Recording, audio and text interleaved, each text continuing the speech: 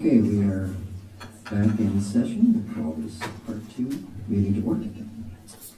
And we'll start off with the procedural parts here, swearing in of the board secretary and treasurer for our first for next year. All right, we'll start with the board secretary. Comments forward, please stand up. Do you solemnly swear that you will support the Constitution of the United States and the Constitution of the State of Iowa, and that you will faithfully and impartially, to the best of your ability, discharge the duties of the office of the Secretary in Bettendorf School District as now or hereafter required by law? I do. Carla? Do you solemnly swear that you will support the Constitution of the United States and the Constitution of the State of Iowa, and that you will faithfully and impartially, to the best of your ability, discharge the duties of the office of treasurer in the Bettendorf School District as now or hereafter required by law? I do. Well, thank you. Thank you for staying on with us. All right. And now,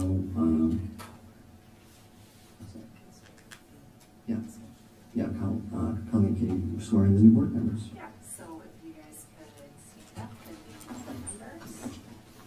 So, do you solemnly swear that you will support the Constitution of the United States and the Constitution of the State of Iowa, and that you will faithfully and impartially, to the best of your ability, discharge the duties of the office of director in the Bettendorf Community School District as now or hereafter required by law?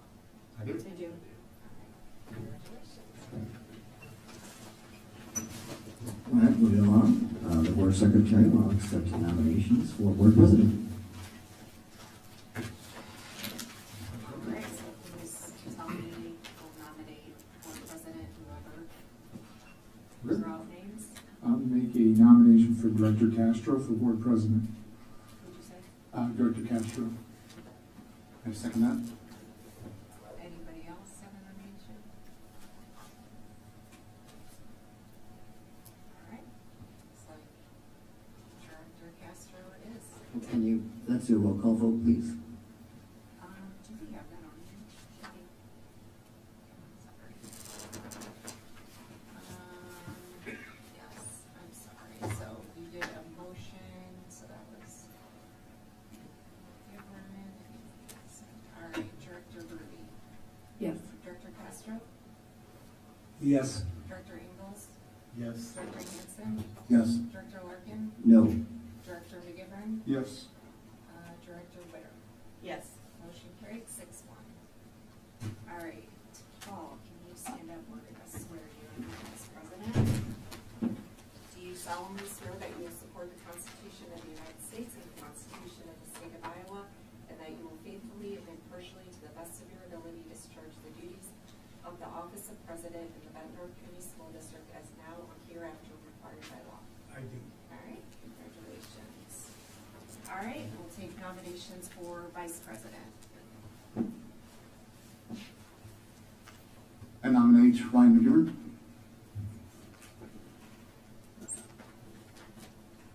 I second that. Any other nominations?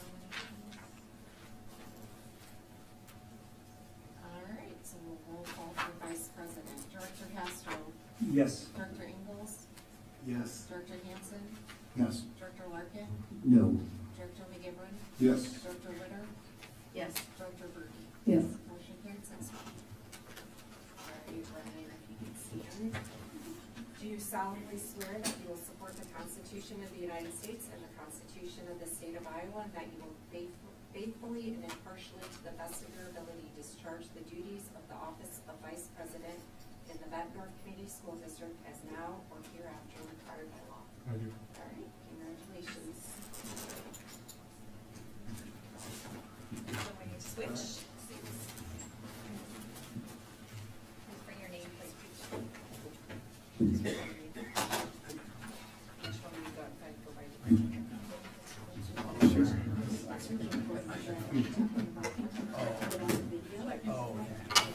Thank you. Director McGivern, would you give this to Director?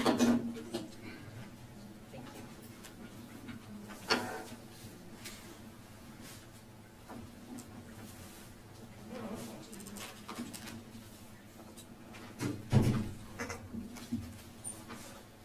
First off, I'd just like to thank the new board members for extending me this privilege to sit in this presidential seat. I've sat in it previously for 2 other meetings in, I believe it was August, when former President Larkin could not attend, so I sat in this spot.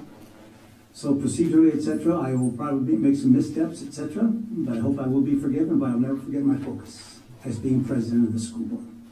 So thank you very much.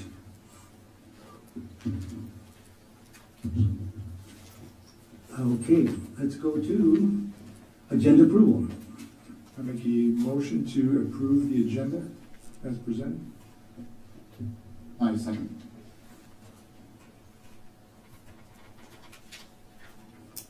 Roll call. Roll call, please. Director Ingalls? Yes. Director Hansen? Yes. Director Larkin? Yes. Director McGivern? Yes. Director Witter? Yes. Director Brody? Yes. Director Castro? Yes. Motion carried 7-0. That brings us to 6, consent agenda. Do we have a motion for approval of the consent agenda? I'll make a motion to approve the consent agenda. Need a second. I second. Roll call, please. Director Hansen? Yes. Director Larkin? Yes. Director McGivern? Yes. Director Witter? Yes. Director Brody? Yes. Director Castro? Yes. Director Ingalls? Yes. Motion carried 7-0. That brings us to item 7, information action, 7.01, district career and academic planning decap update. So tonight, annually, we need to review our district career and academic plan as well as our proposed courses for high school and a curriculum update. First up will be Haley Hoyt, our career readiness coordinator, to go give some background and talk about our district career plan. Thank you, Haley, for being here tonight. Yes, of course, thank you. All right, we're gonna go ahead and get started. Celeste, if you could head to the next slide. So before I really get into the details of our district career and academic plan, I do want to share that the work we're gonna be talking about tonight is not only a state requirement, but it ties directly to our strategic plan. So we want to make sure that our BCSD students are prepared for post-secondary education and the workforce, both equally. Haley, can I interrupt for just a second? Oh, sure. I apologize. Directors, in your folders, everybody find, you should have copies of the slides? Okay, just want to make sure. Sorry, I did not think to point that out.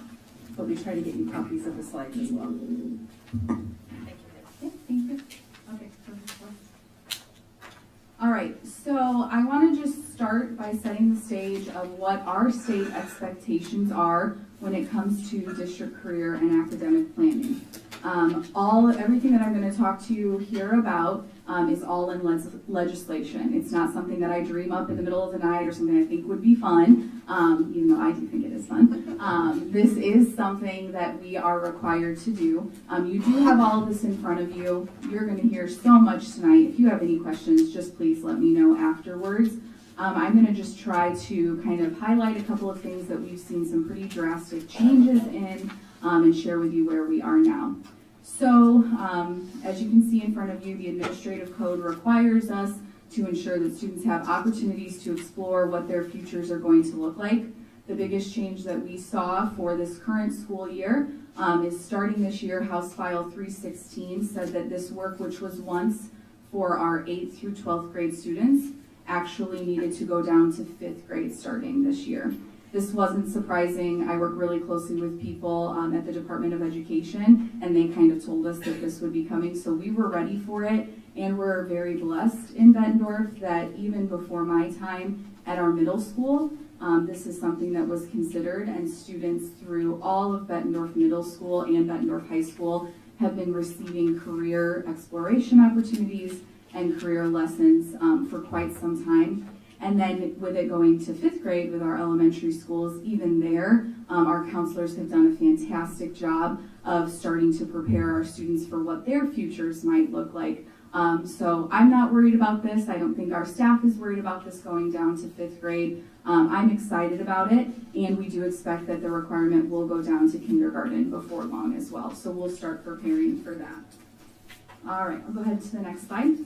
So I'm going to share with you the plan here in a second, but before I do, I just want to share with you that this plan, it's kind of a strange one. I don't really think that there's many other things that work like this in our work, but it is a living document and a living context that while I will share with you, we do have to turn in annually for review and scoring. It is something that we have the ability to change as necessary to react to our students' needs, to react to our community needs and opportunities that our students have.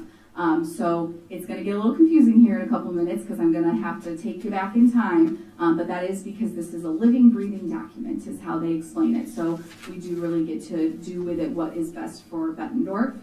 When I talk about turning in this document, it's turned into our regional planning partnership. That is a newer requirement.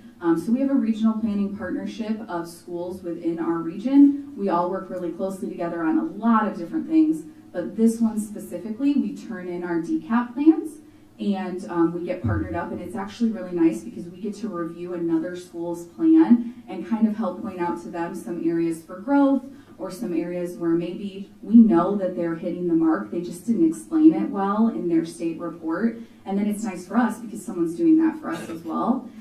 We do that process and then it gets turned into the Department of Ed for the scoring, which I'll show you here in just a minute. But that just kind of lays the groundwork for what happens with all this information when we send it off. Go ahead. So what is this DCAP and this plan that we put together? So DCAP is the District Career and Academic Plan. When I started with the district, which was 8 years ago, we were only required to do maybe 5 different components, so 5 of the things you see on the screen. As I've been here, those 5 things have grown in terms of what are we asked to do within the components. And then here in this last year, we've seen the 5 components grow to 8 components. I don't think this will slow down. I think it will be asked that we keep adding more and more to ensure that all students have all opportunities possible to look at what their future is going to be. So I am going to just walk you briefly through what you see on the screen. When I say component, what is required is that all of our students for these 8 components specifically are required for all students in grades 8 through 12. Those new requirements that I was talking about, they aren't as in-depth as this, so I'm going to focus on this. So we are required every year, not just one time when they're in 8th through 12th grade, but every year our students are required to take a look at what they're interested in. What do I like to do with my time? What classes do I like? What might I think I would like as a career? And we're charged with finding an assessment where a student can respond to questions like what I just said, and then it supports them in some results of, hey, here's some careers that you might want to look at based on the things that you're interested in. Here's some directions to kind of consider. Now, I have students every year which might be that are thinking what you might be thinking, which is, do I have to do what that assessment result is? That is not a requirement. It's just an option for them, something to look at. And I share with our students all the time that sometimes it's just as important as figuring out what you want to do with your life as figuring out what you don't want to do. And so we do these assessments or inventories, or sometimes we'll call them surveys, but really the goal is just to kind of focus the students into some things that they might like, because we know that there's tons of things out there. We are also required with this to not only look at what the results might be, but have the students reflect on it. Do I like this? Don't I like it? If I do like it, what should I be doing next? I can't just say, oh, I like something, and then just hope it all comes together. Should I be taking classes? Should I be going on field trips? What should I be doing to make this future potentially happen? So that all is just number 1 of what we have to do. Number 2 is career information. So every year, our students are given opportunities to understand better what we call and what the Department of Education calls the world of work. How much money am I going to make in this job? Can I have the lifestyle I want to have if I go into this job? How do I get to this job? Do I need training? Do I need college? What does it look like to really work day in, day out in this career? So we give students opportunities to do this both virtually and in person, which kind of lends itself to the next item, which is career exploration. I'm going to go really in depth into what career exploration looks like in Bettendorf here in a couple of slides. But basically, we are required to try in any way possible to give all students an opportunity to see in person would be the best what career options are out there. So we worked really hard to make sure that even down in 8th grade, our students are out of the building, exploring careers, or having people come into our buildings and share what they do. Post-secondary exploration is pretty similar. It's taking a look not just at college. College is not the only post-secondary option. We've got apprenticeships, we've got military, we've got direct to hire or direct to work positions, but we still want to make sure that our students are the best candidate for those positions. So no matter what direction our students are headed, we want them to know if this is the career you want, here's your options for how to get there. And I feel like in my time at Bettendorf, we've seen major growth in our students' understanding of what their options are, and then not only understanding it, but knowing how to prepare to get to that post-secondary option. The next one is 5, career and post-secondary decision. This one has kind of seen a lot of growth over the last couple years. We used to be able to just have our students say, hey, this is what I decided I wanted to do, I'm going in this direction. But now what the state is asking of us is that a student can tell us, if this is the direction I want to go, how am I going to get there? I'd be lying if I said it wasn't a challenge. It is a challenge because I have to make sure that we are supporting our students through our counselors and our advisors, that every kid is getting the opportunity to see what that path looks like. So it's not as easy as just putting together an advisory lesson and saying, okay, every kid in Bettendorf, watch this video, look at these slides. It really takes it to a conversation, which we all can agree is the right thing to do, but it's just a lot of work to get there. So we've spent a lot of time with that. The next one, and one of our newer ones, is financial aid awareness. Again, I'm also going to talk a lot more about financial aid here in a little bit, but we are required starting in 8th grade to make sure that we are sharing with our students not only what I would call the definition of like the financial aid application and all the ins and outs of the financial aid application, but that we're also talking to them about how are you going to finance whatever your plan is. I love when a student says, I do not want to go to college, I want to get to work and I want to make money. Okay, let's talk about, are you going to make enough money to move out of your parents' house if that's what you want to do, to pay the bills that you're probably going to have to pay. And so it really is all encompassing of finance, not just FAFSA. And we'll take a look at that in a bit. The 4-year plan, so this one really truthfully should probably be number 8, because all of the components and everything that we're asked to do, aside from number 5 where they're making a decision, it really is the culmination of everything where a student says, these are the classes that I should be taking in Bettendorf to prepare myself.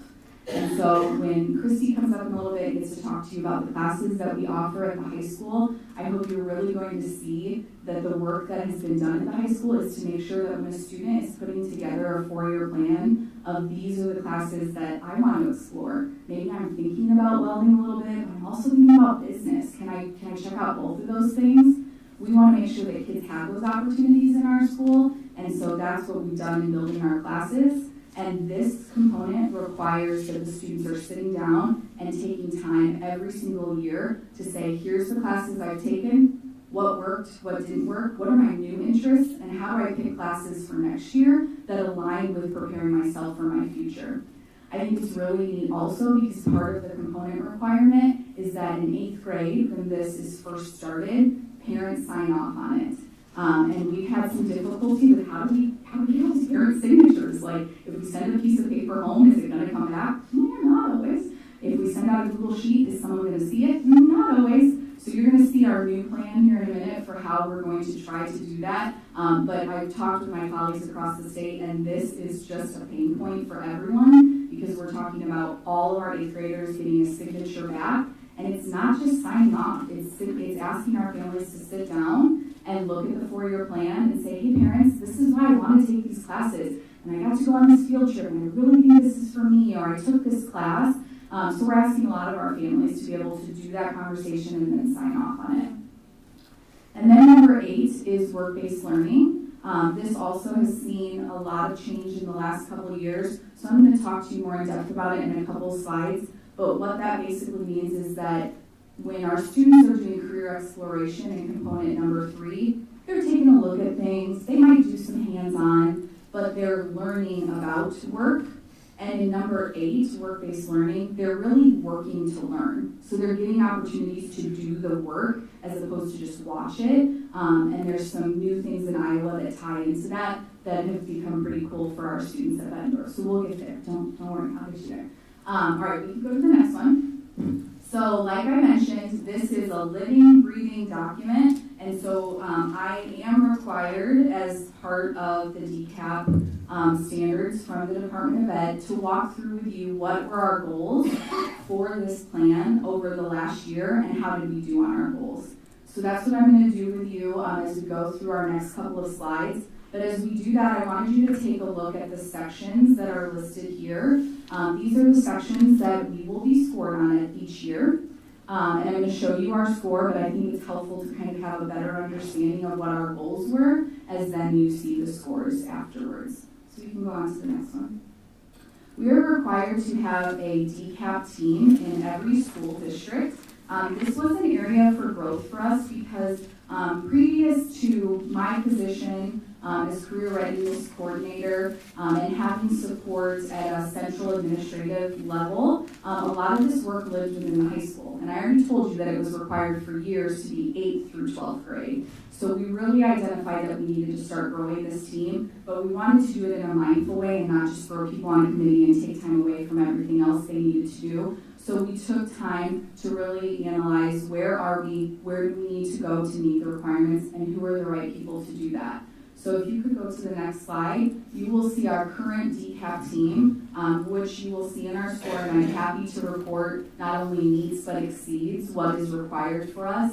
I'm happy because in Bettendorf, by growing this team, it really has grown the ownership of district career and academic planning, and it's not just something someone does that's not you. We've really tried to grow this, not only administration, not only counselors, but also our teachers as advisors in the classroom. And so I hope that you'll see that, and I know from our score that they were really happy that we grew our team. So we have created a leadership team.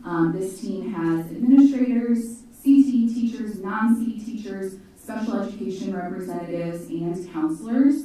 And the goal of this team isn't really to make any decision to tell someone else what to do, but it's really in support of the work that we're doing in our buildings, and to be able to look at data and say, how can we help with this? How could this change? And it is a newer team because this is something we did over the last year. So I do really see that leadership team and what they're doing grow based on the needs of what we're hearing as we implement some of our new DCAP stuff.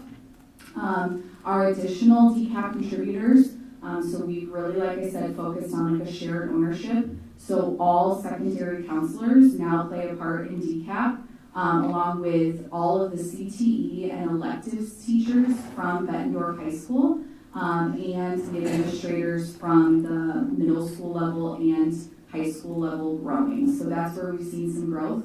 We would like to, in the future, look at adding some elementary support because now it just went down to 5th grade. So we really need their voice on the team. So we'll look at doing that through the year, as well as growing our CTE and non-CTE representation from a middle school level. So we do offer CTE in our middle school. So we want to make sure their voice is heard, as well as a core teacher from BMS. All right, our next goal through the past year is a better use of data. You can go ahead and go to the next one. So we set these goals that you're going through right now at the end of the 23-24 school year. And when we returned for the 24-25 school year, we found out that the career information system that we're using, we're required to use a career information system by the state. And we found out the one that we were using and paying for had done an update over the summer, because it's a computer program. They did an update, and it crashed their whole system. And it didn't work, and they kept promising us it would work, and hang tight, and you're going to be okay. And it was a very painful year because we had prepared all of our lessons and all of our work for this product, and none of it worked. So our counselors and our administrators really had to pivot at any given time and move work that was done in Pathful into like a Google option or a worksheet option. And so our goal to increase the use of data, we really had to look at that in a different way because we didn't have data. We didn't have a system that was providing that for us. So because of that, what we had to do was really take last year to pause and say, okay, what system is going to provide us the data that we know we want to be able to meet this goal? So I wouldn't say we didn't meet this goal last year. We just had to look at it in a different way and kind of revise our goal to what system is going to give us what we want. And so we pulled together a task force. We had teachers, counselors, administrators, and we took a look at all of the approved career information systems that the Department of Ed would let us use. And in doing that, we decided that Cooter Navigator was our best option. So we did partner with them going into this current school year. If you could go to the next slide. I can't believe how much we've already started to use the data from this new system. Within a couple clicks, I can look and see what students have completed interest assessments. I can pull up a profile of a student and I can see what is the student interested in, what have they done in the system, have they favorited careers, have they favorited post-secondary options, if it's military or college, we can get a really good look at students. So we're looking at ways now that we're getting our students to use this system through classes and advisory, because we have to get them in here to use it, so then we have data so that we can see what our students are doing. What you're looking at right now is just a snapshot of the assessments that are offered in Cooter Navigator. And again, these are those ones that I talked about for component number 1, where students are saying, what do I like? What don't I like? What might I see myself doing? That's the first one. The next one is about skills. And so the question isn't really what do you like or not like, but do you think, would you say you have skills in these different career areas? And then it goes on to work values.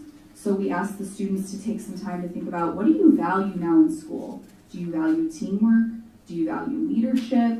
What is it that you value, and how might that look when you're in a workplace setting?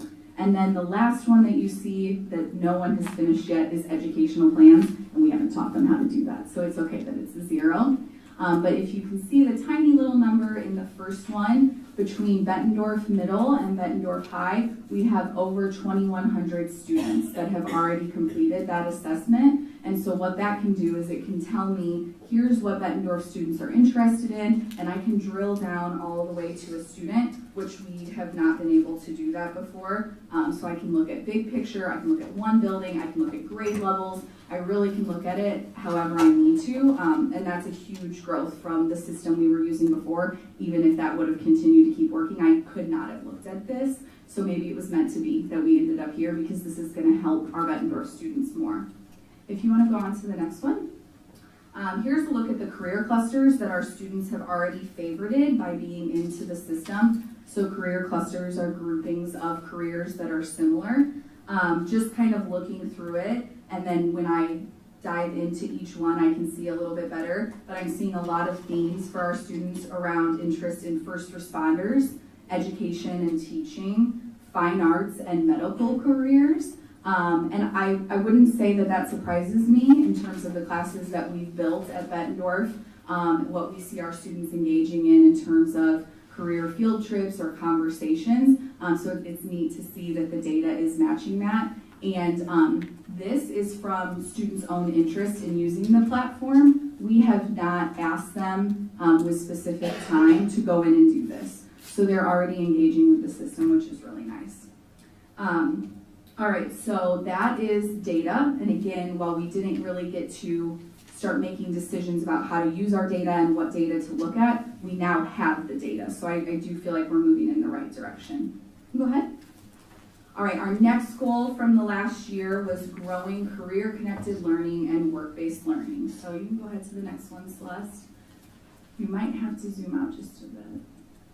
Okay, so this has seen a real big overhaul in Iowa over the last couple of years.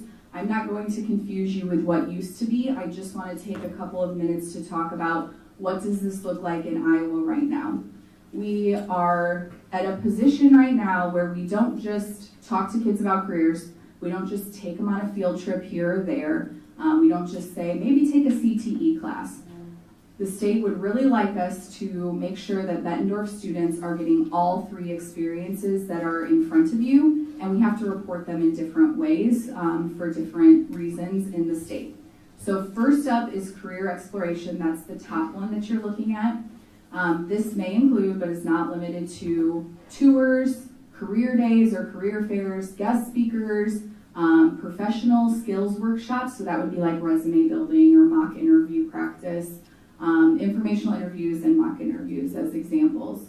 So a lot of this work in our schools happens either at Bettendorf Middle through the counseling office or up at the high school through the career center. And what you'll see with this one is that we are not asked to prepare the student in any specific way. So what that means is before I take them on a worksite tour of John Deere, any place, before I take them, I'm not required to sit down with them and say, here's the type of work that we do, let's try a hands-on simulation of the work, let's understand where we're walking into. We can just take students that say, hey, I might be interested in working at John Deere, and we can take them on a trip. That's where those types of exploration will count for us in our score. The next one down is career-based learning. This one you will see in the examples are exactly the same as the one before, but the difference with this one is that we are required to academically prepare the student beforehand, do that connection to industry, be it the worksite tour, the career fair, the guest speaker, and then we have to have some sort of academic follow-up and reflection. And so this is happening a lot in our classrooms. When we really started identifying first where it was happening, I think a lot of people thought it was solely in our CTE classrooms, so our career and technical education. But as more people have started to understand what it is, we're actually identifying that this is happening in English classrooms, it's happening in science classrooms, even math classrooms are talking about careers. And it's exciting because I have seen teachers who, now that we're understanding this, they want to grow these opportunities for our students. So same examples, same things, but it has to have that academic element to it. And then the last one is work-based learning. This one, while it does have that same requirement of academic preparation, connection to industry, and academic follow-up, the difference with this is that the students must be working. Like I said before, they're not just learning about work, they're working to learn. So Celeste, if you could go to the next slide. It's just a cleaner view, a bigger view of what those different work-based learning opportunities are for our students. So they can have an industry partnership, and what that means is it's more than just a guest speaker popping into their room one day and saying hi. This is something that has to be throughout their whole class, where a partner comes in, talks about a specific project, introduces something maybe that they'll be doing, and then they come back a couple times throughout the class and they check in on whatever that project is that they're doing together. And then there's like a culmination or a capstone or something at the end of the class where they're kind of reflecting on how did the project go, what did we learn, and so it really has to be throughout the entire class. And again, the students have to be working. That's the biggest thing. The next one is simulated work experience aligned with an industry recognized credential. So an industry recognized credential is a credential that is offered specific to different careers, different industries. The ones we see a lot are, let's see, like OSHA, if you've heard of OSHA, in our construction classes, or even our CNA class for our health science students. So the thing about this one is that it has to be approved by the state of Iowa. So I can't just say, hey, I know this is a credential. The state of Iowa has to recognize it as a credential. And then to meet this requirement, I don't have to have my students receive the credential. I just have to give them simulated work experience aligned to it.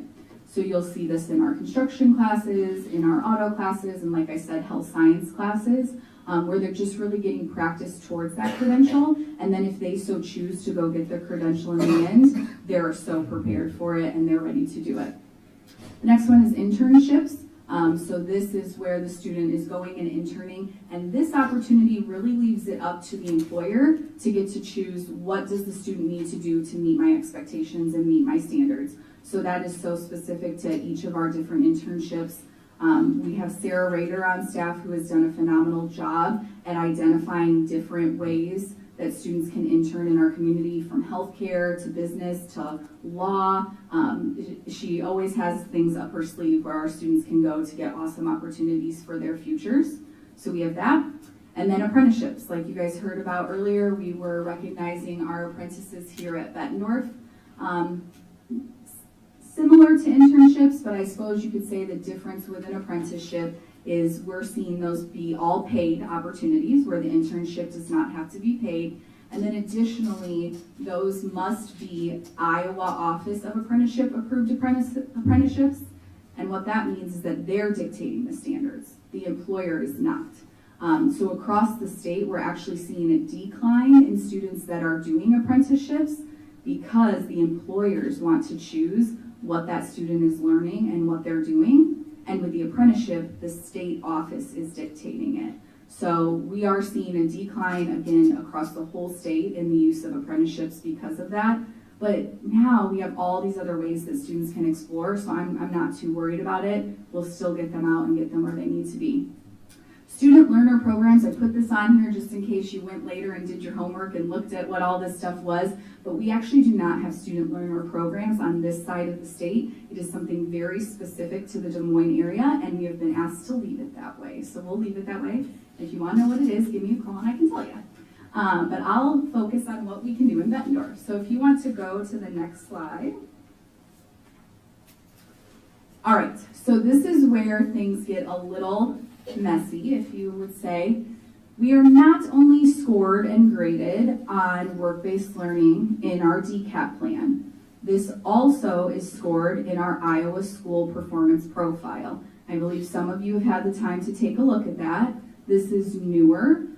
This is only our second year that this has been a part of our performance profile, and even within the 2 years that it's been there, they've changed it already on us. So I just want to explain it a little bit to you. So the post-secondary readiness indicator includes multiple pathways where students can participate and demonstrate readiness for life beyond high school. A student who participates in one or more of these opportunities will contribute in each area. So if they were to do 2 of these things I'm going to explain to you, they count in both. Post-secondary readiness includes the percentage of students who earn college credit while in high school, the percentage of students who participate in work-based learning while in high school. So again, that's just the work-based learning ones we just walked through. It's not all the other career exploration I explained. And then the last one is the percent of students earning an industry-recognized credential while in high school. You will see this says not available in 2025. It also was not available last year. So they are telling us that they want this to be a part of our score, but they have shared with us that they're not sure how to calculate it. So until they can figure out how to calculate it, they are only focusing on the top 2. I also do not have clarity on, once they know how to calculate it, how will it equate into a score? Will we be looking at 33%, 33%, 33%? Right now, we're at half and half between 1 and 2. So when I know that, I will share it with you. When we look here in a second at the 2024 score, you're going to see the students who are reflected are the seniors that graduated in 2023 and what those seniors did for the 4 years they were in high school. So that's what the data is going to be. While you look at the 2025 score, this is another change that we have. These are the students who are reflected in college credit data. They are the seniors from the 23-24 school year. But in the work-based learning data, those are the seniors from the 24-25 data. So we've got a lot to look at, okay? All right, you wanna go ahead? We're gonna look at college credit first. So here you will see our 2024 score was 70.14, and our 2025 score is 68.95. Now, remembering back to what I told you where these numbers came from, there's some things that happened in those years that changed what enrollment our students were having. And so I'm not surprised by the change in number, and we're still at a very healthy score for this number. One of the changes is that from the 2024 score, our students that were calculated in that were all required to take a 9th grade class called 9th grade success skills, and every one of them received college credit by taking that class. But because it was a college class, what those students learned was dictated by Eastern Iowa community colleges, and after we offered the class for a couple years, we really learned that that's not what they needed when they were starting 9th grade, that's what they needed when they were starting college.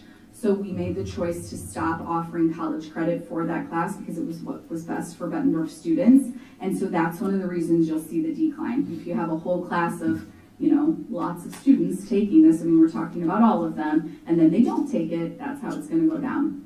I would say the other big change that you're probably seeing, a reason for the score to go down, is that we have grown our non-college options. One of the things I started by saying is that not every Bettendorf kid needs to go to college, and we need to show them all the other options. Well, I can't preach that, but then not offer that in Bettendorf, and so that's why you're seeing apprenticeships, you're seeing other CTE classes that aren't college credit options, and so our students are doing the right thing for their future, and it's okay that the score went down a little bit. Next, we're going to look at work-based learning score. So the work-based learning score for 2024, when we turned in our report at the end of the 23-24 school year, we did not know that this was going into the performance profile. It was over the summer and through the fall as we learned that they would be adding work-based learning. And I'm going to show you, or I'm going to tell you how work-based learning is calculated. They made the change and they hadn't told us they were making the change, so we hadn't made the changes in our system to reflect it. And they said to everyone across the state, they being the Department of Education, do not worry, everyone's scores are going to be low. We changed this on you. So we had a score of 17.63 because of that. Now in 2025, we got our score and it is a 76.89. This is the highest score for the schools of our district size. So for our high school sizes that are, or schools that are comparable in size, we are the highest in the state. We've already been contacted by other schools across the state to ask us, like, what are you doing? Why is this so high? So that's been really neat because that gives me an opportunity to say, here's what we're doing in our classes and here's what our teachers have committed to doing, and this is why our number is what it is. So it's just truthfully a testament to the teachers at Bettendorf and to our counselors for getting them into the right classes. I know I'm the one that gets to come up here and celebrate this each year, but really they are the ones that are doing the work and deserve this score.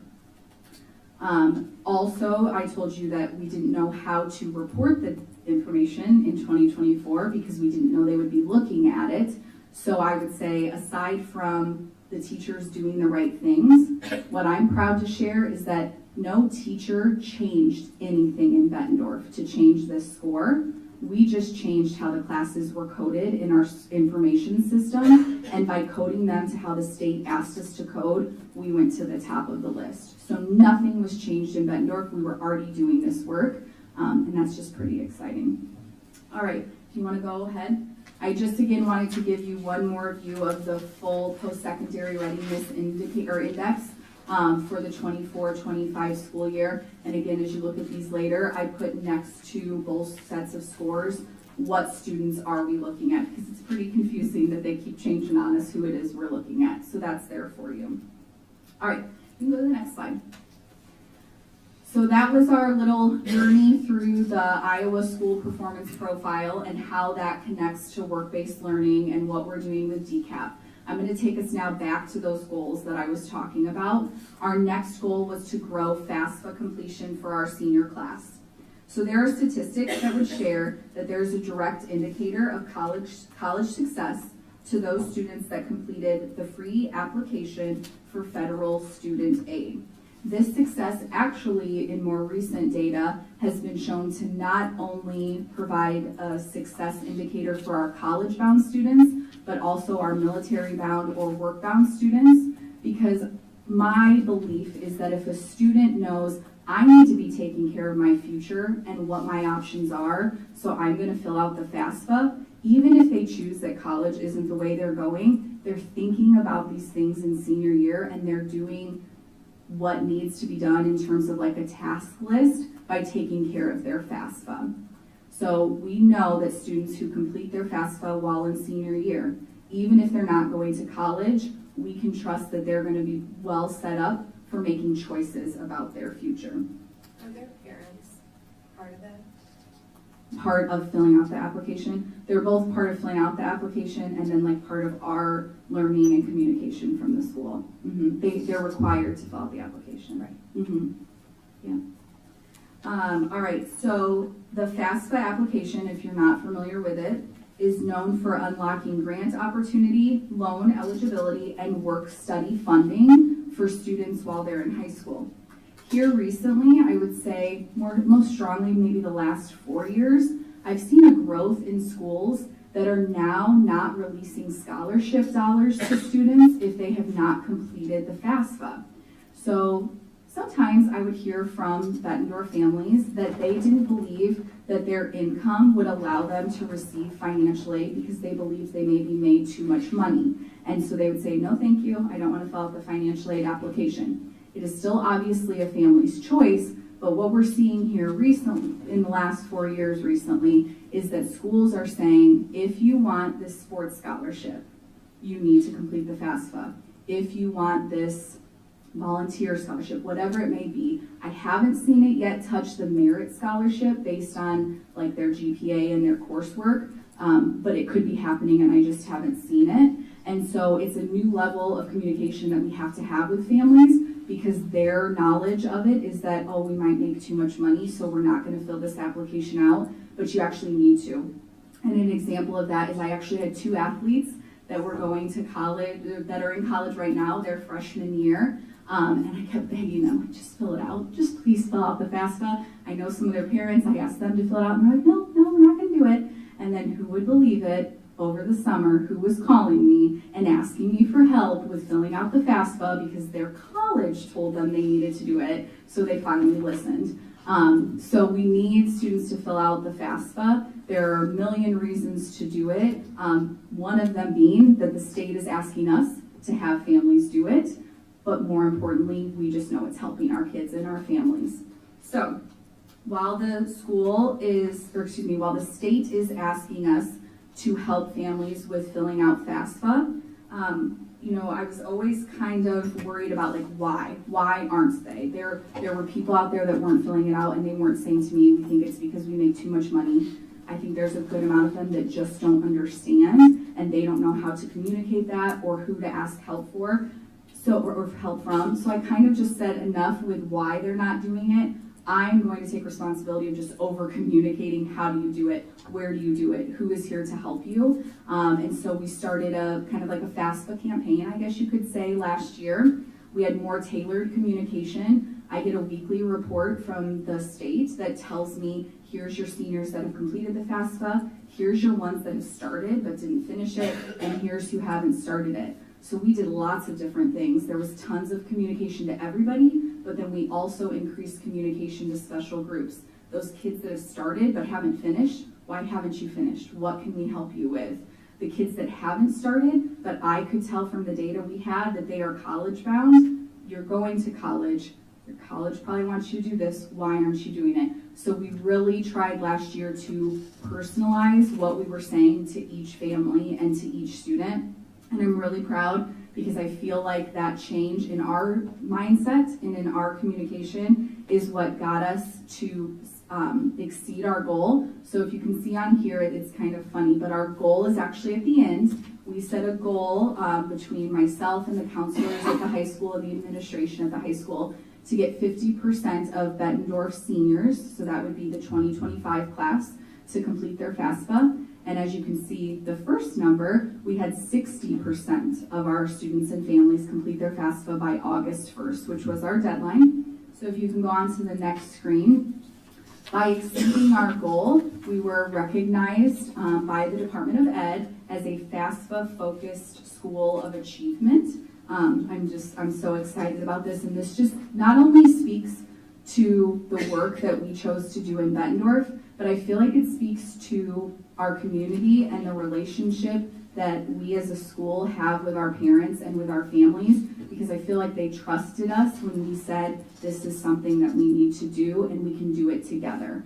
So I opened up my calendar more. I'm a certified FAFSA completion specialist, I think is what the title is. So I was more available to families. We brought in ICANN, which is Iowa College Aid Network. They were available for family appointments. And then I also called on the local colleges and I asked them to be available specifically for Bettendorf families on different given days. So we had Augustana College, St. Ambrose University, Eastern Iowa Community Colleges.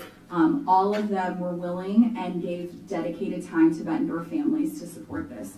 So we will continue that again, and we did raise our goal for this year to 55%. So we are gonna shoot to hopefully exceed that, but we have turned in our goal to the state to 55%. All right, you can go to the next one. So this was our next goal and last goal as we worked through things last year, and it was to develop a stronger district integration plan to not only align with our school improvement plan and our counselor program, but all of our components. So what does this really mean? If you can go to the next slide. What this means is we didn't want career learning in Bettendorf to be one more thing for the staff, one more thing for the students. We wanted it to be integrated and a part of what Bettendorf was. So you're going to see two screenshots on here. The smaller one is a screenshot of Bettendorf Middle School's advisory lesson calendar, and the bigger one is the VHS calendar.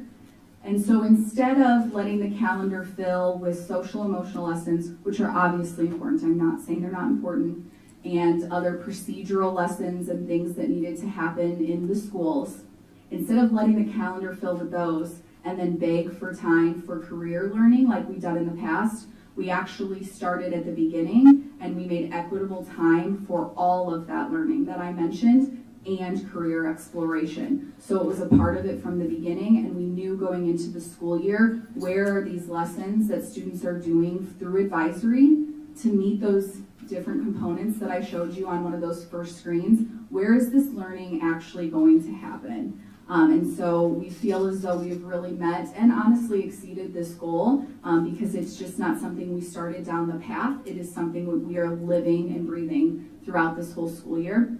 Additionally, we really are working to empower our staff. Our staff members needed to know and hear that it's okay if you don't have every answer. Just because my title says career readiness, I don't have every answer. But what we really need to do as staff members is come alongside our students, and if we don't know how to help them with their future, learn alongside them. So we've really targeted some of our professional development to grow what our staff is learning and what they're becoming comfortable with, and then obviously always reassuring them that if you don't know, go to the counselors, come to me, whatever we can do to help. We're here to help not only our students, but our staff in their understanding of opportunities. Move on to the next one. Okay, so this is just one more view as you look through this tonight of our goals that we had throughout the last year. Now I'm going to go to the next one and show you about our scores and what those look like. So first, you're going to see that column I showed you earlier. These are the different components that we are scored on. In the middle column, you will see our scores from the 23-24 school year. You can see that we had developing scores in the areas in which I just walked you through the goals for. So we received these scores. We knew we needed to grow from developing, and so that's why we just walked through the goals that we walked through. Now, in the last column, you're going to see our scores from this most recent scoring period. So we received these at the beginning of this school year, and I was a little bit disappointed because the Department of Education decided they're not going to score us for this year on every element of DCAP. They wanted to focus solely on where our goals were so that we could really drive home, are we hitting what it is we wanted to do? So the competitive side of me is having a really hard time with only being scored on this because even though we were developing in things, we consistently are the highest score in our county. So I'm gonna go ahead and say if we added up what was scored proficient or higher from 23-24 and what our scores were for this most recent one, I have no doubt we're still at the top. So that's all that matters to me. I'm just kidding, that's not all that matters to me.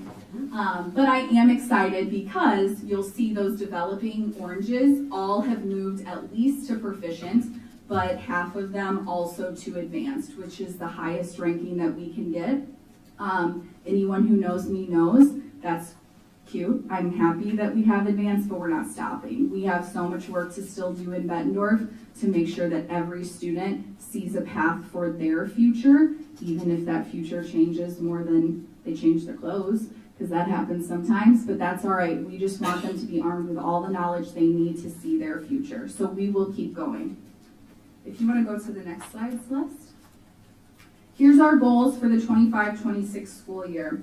So now that we are proficient or advanced in all areas, we are going to allow ourselves, like I mentioned, the chance to look past just the requirement and really be able to look at how our students are interacting with their own ICAP plan, those 4-year plans and the choices that they make for career exploration.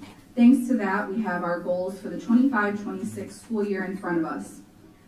Our goals are we will use the data we now have thanks to Cooter for implementation. We're going to focus on tier 2 of our students, and what that means is who are our students that aren't on track for whatever post-secondary success looks like for them. How do we know who they are, and how do we support them in their growth towards being prepared? And then our last goal is career exploration for all students. So we want to do everything we can to make sure that students are getting career-connected learning in their classes in all subject areas, not just CTE, but that they're also accessing either our middle school counseling office or our high school career center as they explore things either with guest speakers in the building or out of the building on different trips. So I'll be back next year about this time and we'll tell you how we did with those goals. I do always just like to take a minute if you want to go to the next one and show you a couple pictures because their faces are cuter than mine. We have elementary, middle, and high school career exploration, obviously, in Bettendorf. These pictures in front of you are from our BizTown students. So these are our 5th grade students that went over to JA BizTown. The students prepare for this experience by doing weeks and weeks of preparation where they're learning about jobs and occupations and what does it mean to be a worker in a job place or in a different environment. And then they actually interview for the jobs. Can you imagine being in 5th grade and interviewing for a job? And they're given a job. So every 5th grade student goes to BizTown and they have to execute this job that they are given throughout the whole day. They also get paid for doing their job. So they get I think they're called BizTown bucks or something cute like that. And they get to go spend that money. They have a store that they can shop at. They have a little snack shack that they can shop at. But they get to simulate for a day what it would be like to be an adult.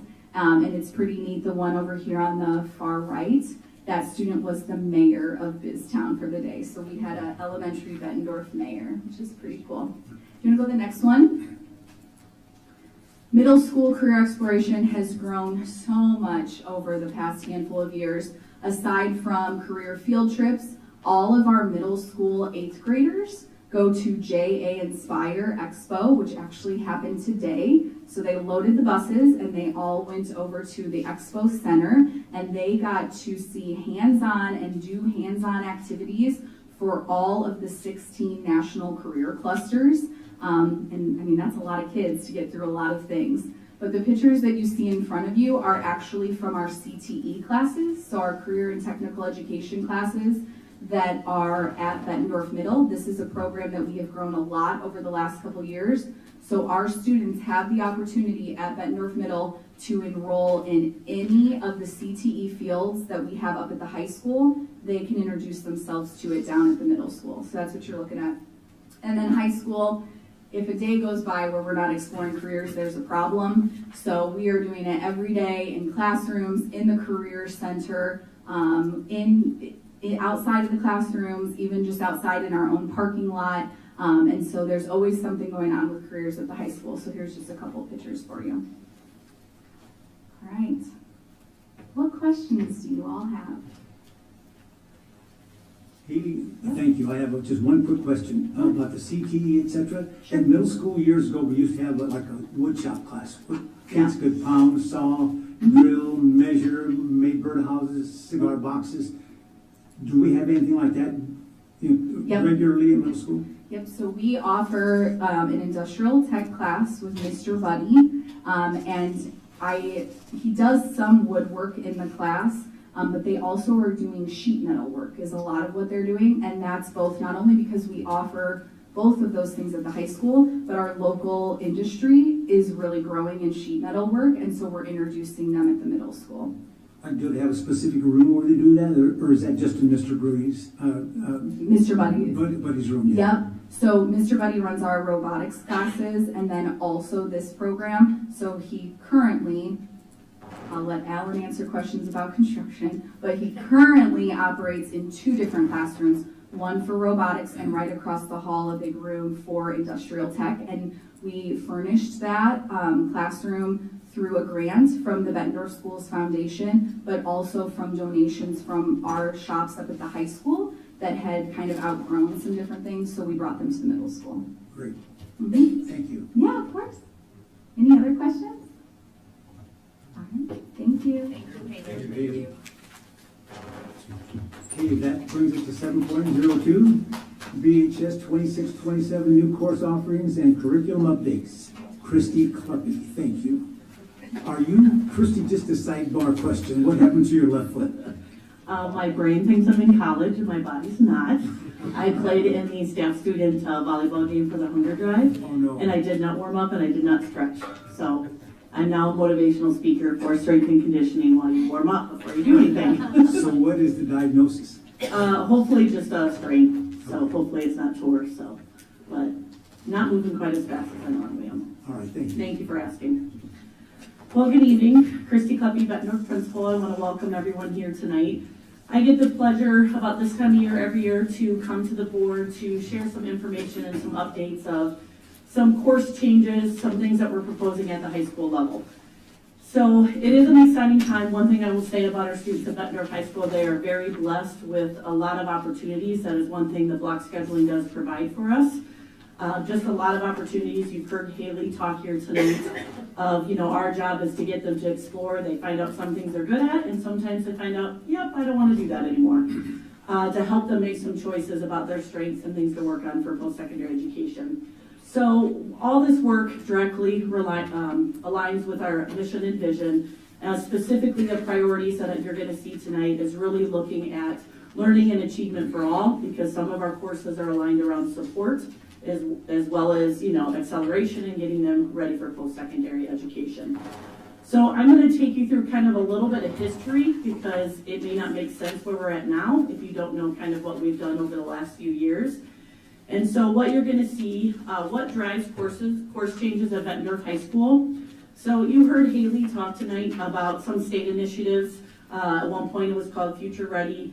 That is kind of phased out. Now we're talking a lot about your district career and academic planning. And then we look at post-secondary readiness. We look at the achievement gaps with our students. We look at student interests. And then we also look at career pathways. What is the industry telling us? What are we preparing students for? And several of our teachers participate in advisory boards every year to kind of get feedback from industry. What are you seeing? What do we need to work on? So a lot of this drives kind of our course changes at Bettendorf High School. So I'm going to give you kind of an overview tonight because a lot has changed over the last 10 years with our courses. So in a summary, Celeste, if you move down, I'm going to kind of talk about each content area. But in the last 10 years, you can kind of see, and I color-coded it, the top part talks a lot about what we did to really get students thinking about what they're learning and what they're doing and how it applies to post-secondary careers and education. So between their individual academic plans, doing a 4-year plan as it aligns to that, obviously Haley's position supports this work, updating our curriculum guide to understand this 4-year planning and the courses we have. And then as you go into the gold area, a lot of our courses evolve around increasing services to students who are at risk, addressing achievement gaps through a combination of courses that allow more access, and increasing some of that specially designed instruction. We've increased fourth year offerings to support secondary success so they don't have those learning gaps. Enhanced our career and technical education programs and pathways and certificate options for students. And then as you go on, obviously looking at things to address literacy, math, and then also just accelerated learning for students who are ready to go full speed ahead. So one thing I'm really passionate about is I do feel like we hit every level of learner through this process, and so I want to kind of give you an overview of what that looks like. So how course proposals work each year is what will happen is each department within the high school, they meet as a department every so often. They look at their data, they look at trends, they look at instruction, they look at student interests, and they will bring forward any course proposals or changes that they would like to have. So they talk about that as a department. They submit a proposal to the administrators. The administrators will then sit down with those departments that have proposed course changes or updates or new courses and just gather a little bit more information. And we do kind of what's called kind of a SWOT analysis. So we'll look at if we were to offer this course, what is it addressing? What are the strengths with it? What weaknesses it might cause in our system? You know, the opportunities it might provide for students and just any threats. You know, financial resources, constraints, things like that. So we'll go through some of that decision making. Then the information is then brought back to what we call our department chairs. So we have a department chair meeting that represents all our departments. We'll bring the courses back to that team. And the team just has a very transparent conversation about, because sometimes it is hard, like if we offer that course, it might offer my course. What impact might that have? And so we have kind of a real open conversation about that and how we would support those changes, and then kind of come to a conclusion of what we think it's best to move forward and why that best fits the needs of our students. So once that takes place, then we move that forward to central office for a second eye to see if there's anything that we've missed in that SWOT analysis. So they will go through a second eye, help us with any of those conversations, and then at that point we come to you with here's what we've decided to move forward with. So that's kind of how the process works. So I'm going to stop there to see, do you have questions on that process at all? Okay. So a little bit of history. So I'm going to walk you down kind of memory lane here for the last 10 years so you can see where we're at and why, because a lot has changed. So I'm going to talk specifically about language arts first. So it's left if you would move forward here. There's a couple slides with language arts. So if you take a look through this, what we've done starting back in 2022 is we started developing courses because in the block scheduling, when you have students who struggle with literacy, a year-long class is sometimes done in a semester. And so sometimes that can create some learning gaps because they're not in maybe a literacy course for that second semester because they're exploring other interests or elective courses. So to address some of those concerns, we started to do a lot of research and learned how students can learn historical concepts and literacy at the same time if we could intertwine. So what we did is we set up our schedule so students would have to have their language arts classes one semester, their social studies courses the second semester. So that way we were incorporating so they would have literacy all year long. So that's the first step that we took. Then we recognized with students that have maybe some significant gaps within their literacy skills, we started to have a course that intertwined the social studies and the language arts concepts, and they learned them together. So we blended those, and that's what you're seeing with Foundations of English 9 and 10 with American and World History. So those teachers worked together and they used common text, and just the kids could see the feedback from that as the kids could see the connections clearer as they were going through that process. And so that was rolled out for those two levels, and then we added the junior year and the senior year, their other literacy, the Foundations of Literature and Communication. And so that allowed to incorporate more literacy instruction into those courses, but they are the same standards as composition or our Foundations of Communications classes. Then to move on from there to scaffold some of that support, what we noticed is some of our growth was a little bit stagnant. And so looking at the diverse group populations in our courses, we felt like we needed to kind of offer some different levels so we could push the rigor, because we felt like we were holding some of those kids back in some of that general instruction. And so what we ended up doing is kind of leveling, so there's different opportunities depending on where they're at with their literacy growth. So we incorporated English 9 and English 9T, same standards, same curriculum, but we scaffold more literacy instruction into the T classes to help support some of those learning gaps. Same thing with Composition T. And then to address the upper end of things, with our AP English and Literacy, we have teachers that qualify to be able to offer these courses at dual credit. So we have a partnership with Eastern Community College. And so when our students take AP English, our Lit and Composition course, they get credits for both their Composition 2 and Introduction to Literature to take with them to the post-secondary level. Moving on, Celeste, also within language arts, and as we move through the years, we added a multicultural literature course just to see writing from different perspectives and how that changes the writing process. We also added an advanced journalism class. As you've seen probably through our media, our journalism class has just skyrocketed and are having such success, have been nominated for awards as the best yearbook here in the last couple of years.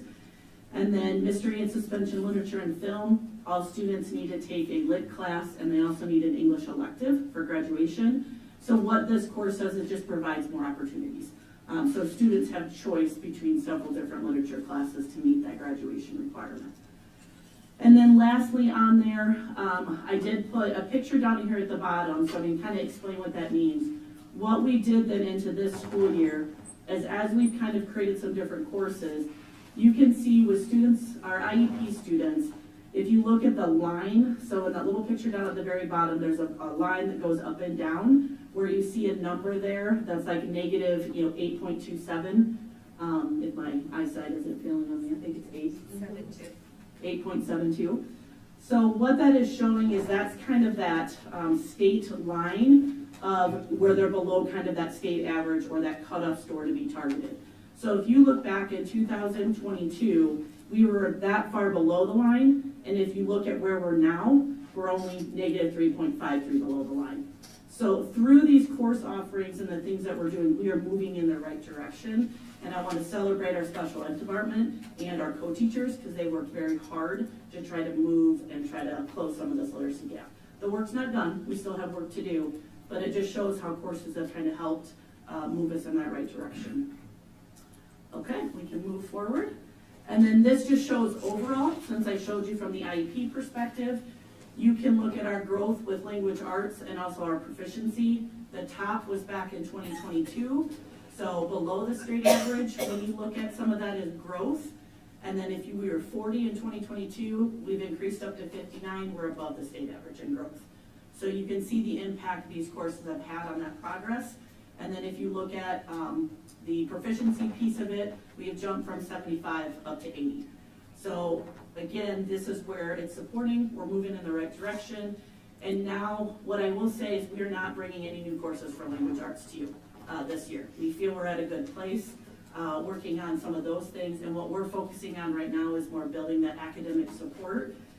We're embracing Common Lit and we're looking at Tier 2 interventions. Our focus this year is trying to move some of those bubble kids with some extra layered interventions to see if we can get them to that proficiency level. So that's the focus for this school year. Any questions on language arts?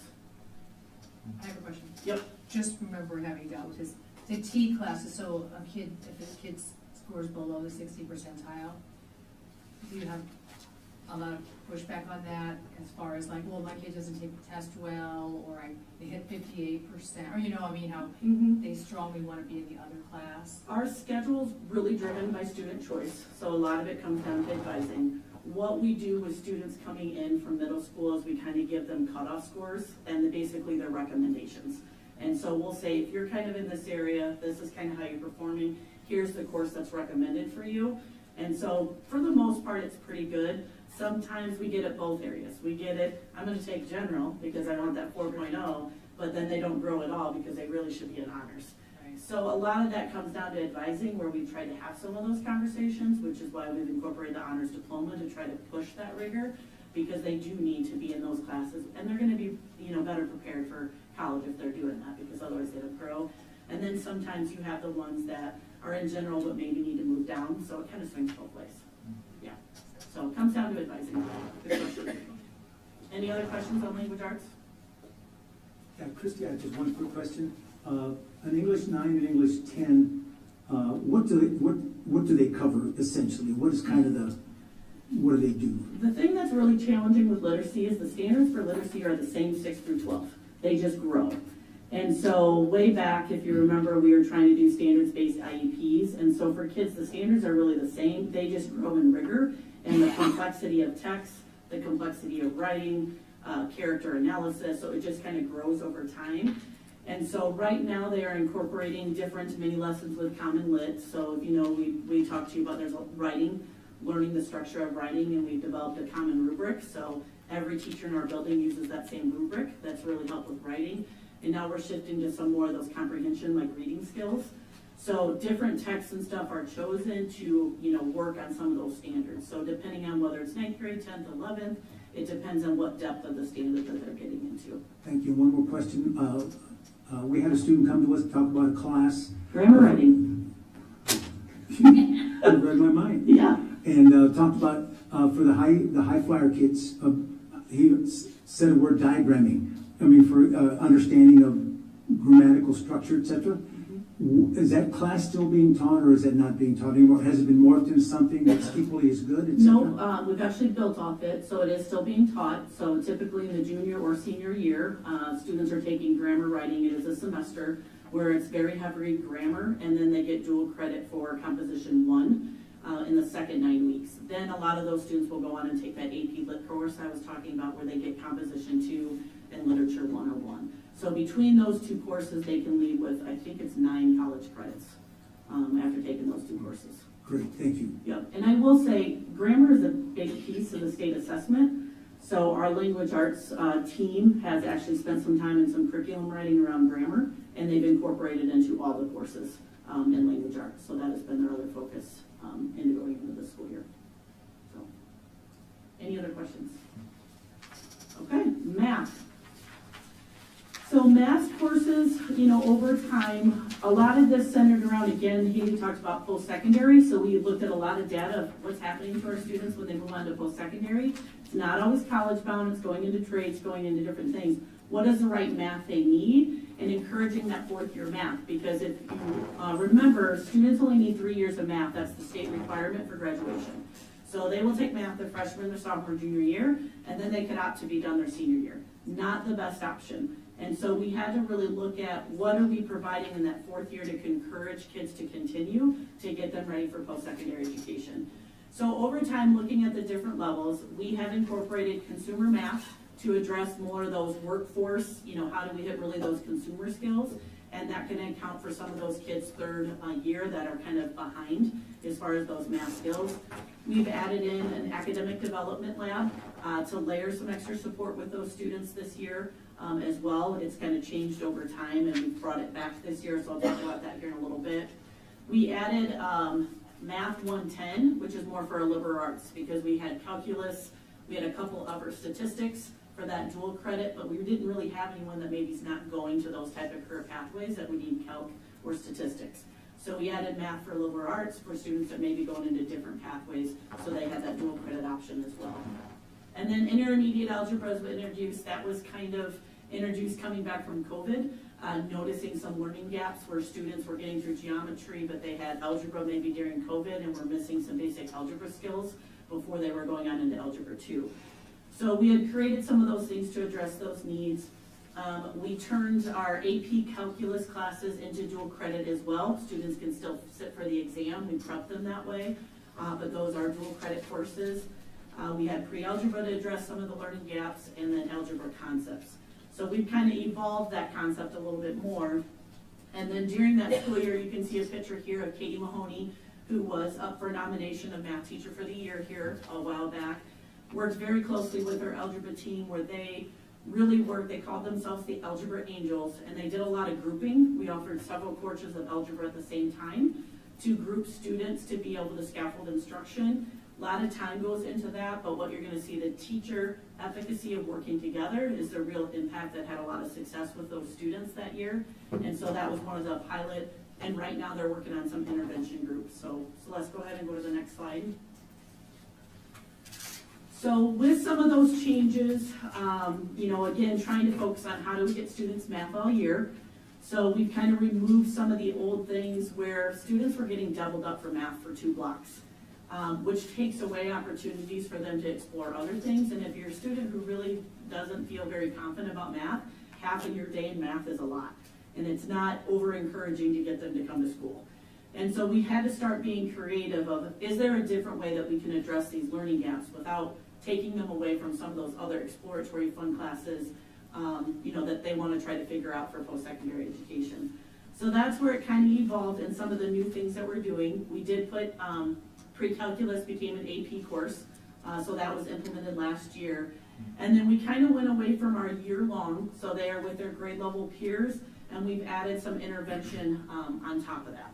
And so what we did is we incorporated a new program this year that is giving us a lot more data, that has interventions built in, and freed up a math teacher who, again, doing the same thing with language arts. They're taking kids that are pretty close to proficiency and pulling them in for more individualized instruction to help fill some of those gaps and the holes that they've had from previous, whether COVID, being online, whatever's created that, to help kind of move the needle for them to have more success with math. You can go ahead and scroll down to look at our ISAT scores and where we're at with some of this progress.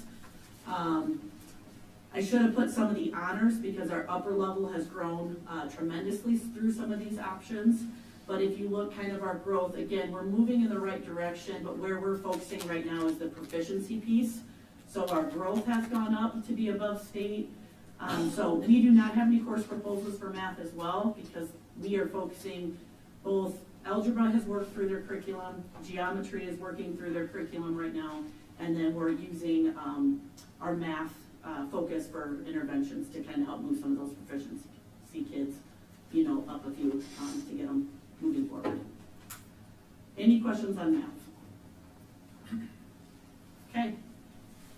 Social studies, we've had some fun things come out of this.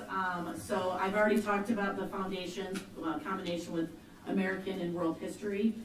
We moved on and offered criminology, which is a very popular class. Some of the things that they talk about and get to see and have community partners come in and a lot of speakers in that class. And then also Blueprint for Education. So that was introduced as one of our pathways because we have a lot of students who are interested in human services and education in general. So this was introduced as a feeder to kind of explore that and other possible courses if that's an area they wish to pursue. Go to the next one for us. And then the financial literacy requirement, the district at the time, that has been incorporated in economics for quite some time. So we just did a name change. That wasn't really a new course, but we changed the name so that way it was more evident that that's where they were getting their financial literacy. And then we've had an AP psychology course, but not a college credit option for sociology. So one of our teachers went on to take the classes to support that, and we now offer intro to sociology as well. And both of those courses will help with college credit towards an associate's degree. And then the new thing on there, we do not have any course proposals for social studies. They're working a lot with literacy, with language arts very closely this year. But starting next year, all of our students will have to pass a civics test. So that'll be a new requirement that working on how we roll that out and ensure that takes place prior to graduation. Questions on social studies? The sociology AP class, the teachers here is teaching that. Correct. And so, do we partner with Scott or Yep. someone? So, Yep. wouldn't it be more cost effective to go use Scott's resources? We're gonna talk about that in a little bit, but depending on numbers, there's kind of a magic formula. It's cheaper tuition-wise to offer it here in person with our teachers than to have their teacher teach it or to send students over. So Haley's gonna talk about that here in a little bit, but wonderful question. Any other questions on social studies? Okay. Science, same as I just talked about sociology, we have Spencer Misick got certified, he can teach environmental science. That is another area, again, that works towards that associates, and so we have that dual credit offering. He does a lot of different stuff in the community as well. And then with the student interest in our health sciences career, we have human anatomy and physiology. And then we've also added Life of Dinosaurs, which is a pretty popular elective. As you know, our graduates need 10.5 elective credits for graduation. So Life at Dinosaurs is pretty popular. And then a lot of work-based learning type courses, lab assistance, those type of things are being incorporated into a lot of the courses that we're doing. You can go to the next slide. Science did something very similar, seeing the growth in language arts. We kind of scaffold some of those courses into T courses as well, kind of seeing the same thing of trying to push the students in the directions they need to meet them where they're at. So similar with our T classes. And then last year we came with a change. We recognized the way our science classes are set up, they're 9 weeks. And so students would take honors chemistry and then maybe in their sophomore year, and then maybe not take honors chemistry 2 until their junior or senior year, which creates some gap. And so a lot of that Chem 2, they're trying to review what they learned in Chem 1, and we're losing some of that instruction time. And not as many kids were going on to take Chem 2, and you really need that full year of science, both in chem and physics, for some of those post-secondary, getting into college and different programs. And so that was the feedback we were getting back. And so both of our honors chem and physics classes moved from a 9-week to a semester course this school year that combined the 1 and the 2. So that way kids just take it straight through and get their full year of chem and science. So you can see some pictures of some different things they're doing. Celeste, if you go ahead and go to the next slide. Some of these changes, what you're gonna see is science is only taken, it's not taken every year. So you can kind of, these aren't necessarily the same students, but if you look from the previous year from science to the next year of science, you can see how much growth we had from the previous year to the next year with where we're at as far as proficiency. So just doing some of that leveling and scaffolding instruction, we've seen some changes in that direction. Okay.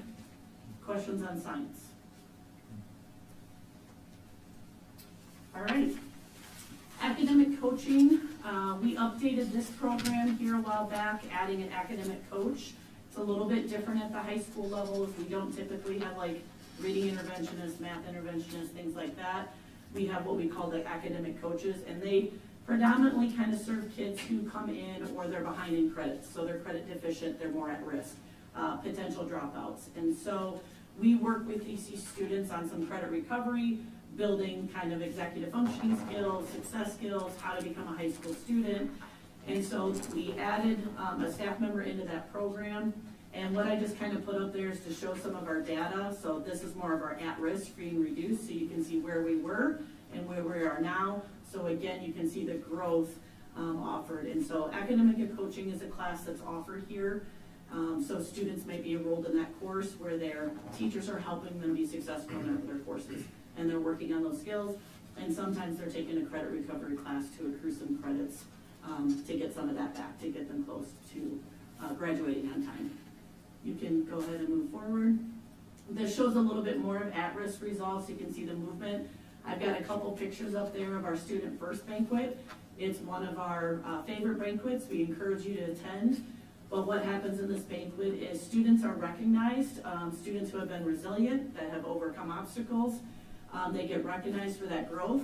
Then the student also nominates a staff member who's helped support them. And so both a staff member and a student are recognized at this banquet, and it's one of our favorite ones that we do every single spring.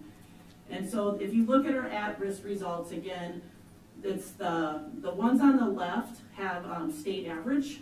So you can see how much below state average we were, but since we've evolved this program, how we're getting close to where that state average is. And if you look at the gap cut, we are not targeted for for our at-risk population, free and reduced, because we are on the other side of where that cut score is. So definitely some huge gains in that area. Give a shout out to Brad Bannerman and Cassie Rice as they work really hard with these group of students. So any questions on that program? Okay. So last is just kind of a crash course on our electives. Just gonna hit these a little bit as we move through there. So we've increased a lot of dual credit opportunities. Haley's gonna join me in a little bit to kind of talk through what we have approved courses for students to take. We've increased our career and technical education pathways and programs. We've added a welding 3 course. We've kind of changed the way that looks. We've developed a health science pathway. We have a large student interest in that, so that program has really evolved and increased some dual credit opportunities in that, as well as adding the CNA program and things like that. The fine arts program, we've added digital music 2, as we had a lot of interest in digital music 1, so that replaced a different course. We've added art history, and then we've added a lot of dual credit options within our world language program for students to receive college credit for that as well. Go ahead, Celeste. Health sciences, anatomy and physiology 1 and 2, nutrition, so you can see how this has evolved. Music and world language, we added the fundamentals of music theory, Latin American culture and conversation.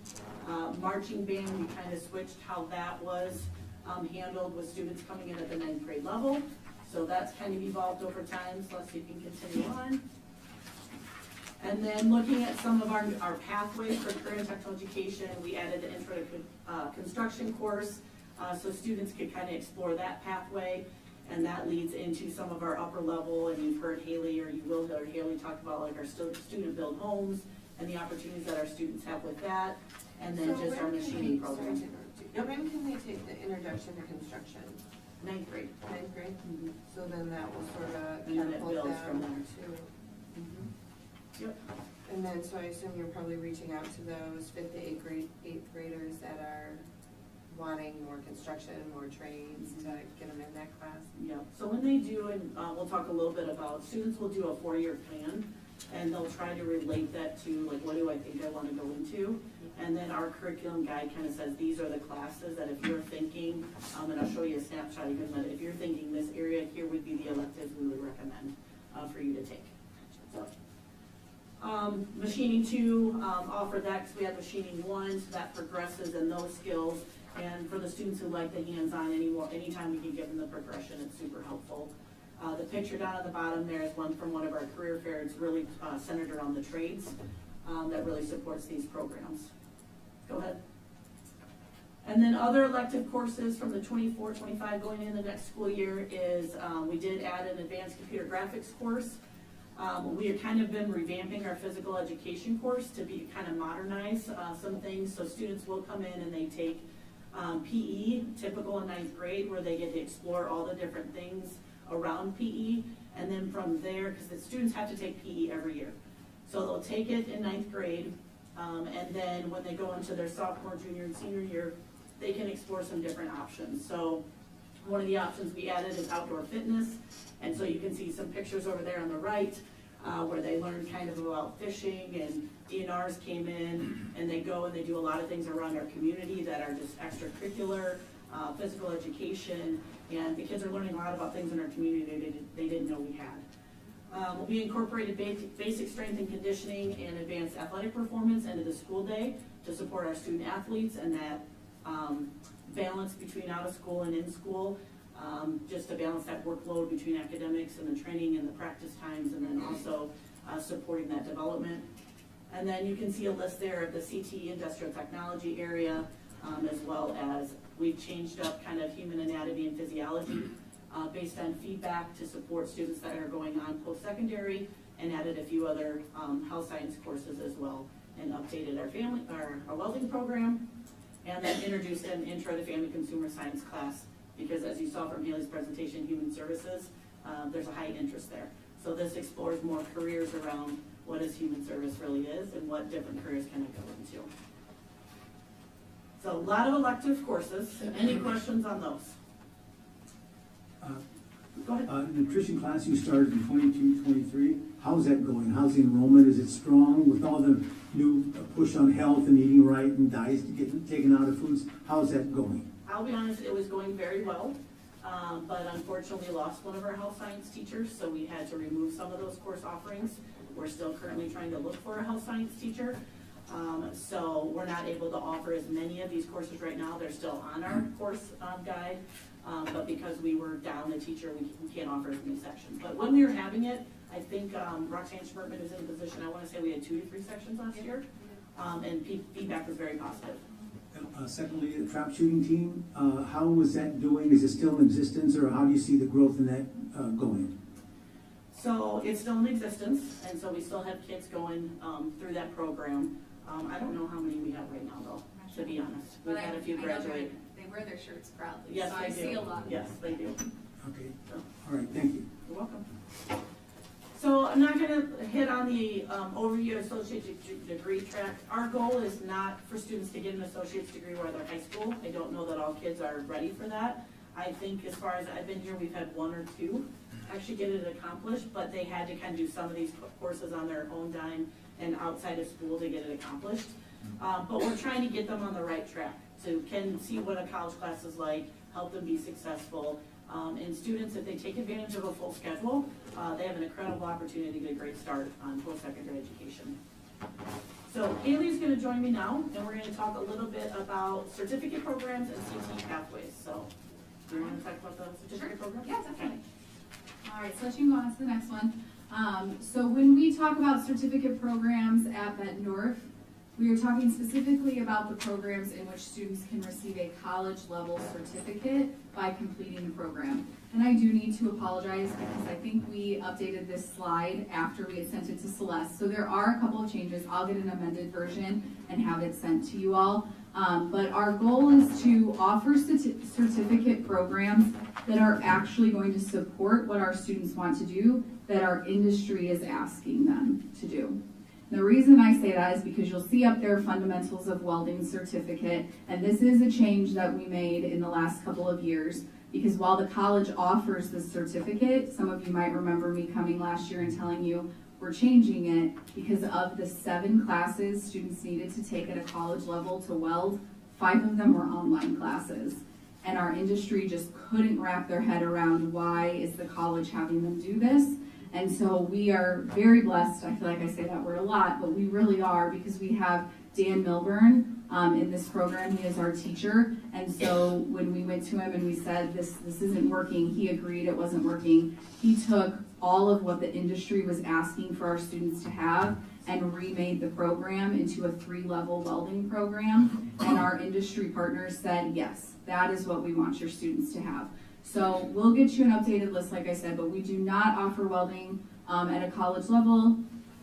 We do not offer basic electricity because the college sunset that program, and so they do not have it. But we do have automotive technology. We have culinary arts. We have our CNA program, so the Certified Nurse Assistant program. Students who successfully complete that and take the state licensure exam, oh good, they're here. They will get a certification from the state as a CNA.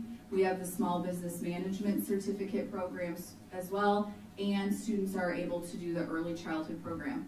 All of these programs, I think Christy kind of talked about, we will have some classes that happen in the building and some that just need to happen out of the building, because understandably, every student that maybe enrolls in that very first intro to health sciences careers class, they're taking that to explore, and not every one of them is going to get all the way to the end to take the CNA class because they decide they don't like it. They decide they want to focus on something else. And so some of our programs, we see the numbers go down, but that's how it should be. We shouldn't be putting kids through programs just to say we did it. So it is working the way it needs to work. You can go on, Steph. You can just see here a list of our CTE pathways. And Director Witter, to your question about like, do kids know what they should be taking? This is a great one to look at, because what our students can do is when they're making their 4-year plan, they see a recommendation of what classes should you be taking if this is the career path you're interested in. So this is a view of how our students have made their 4-year plan up until this year. Remember when I showed you the screen of Cooter and I said, don't worry, there's no education plans yet, we haven't done it. It's going to be a very similar view in that new Cooter system where students are selecting, here's the fields I want to explore, and it recommends what classes they should do, and it does so in a way that they can see, here's the prerequisites that I need to take to get there. So as an example, Intro to Construction would be your first class, and then you would take construction skills, and then our capstone opportunity is student-built homes, where our Bettendorf students are going and building a real house that someone will purchase at the end of this school year. So those are our pathways, and then that's just a quick view of that 4-year plan. Questions about pathways, college certificates? Okay, we'll go to apprenticeships. We talked a lot about apprenticeships tonight. Does anyone have any questions about them? Okay.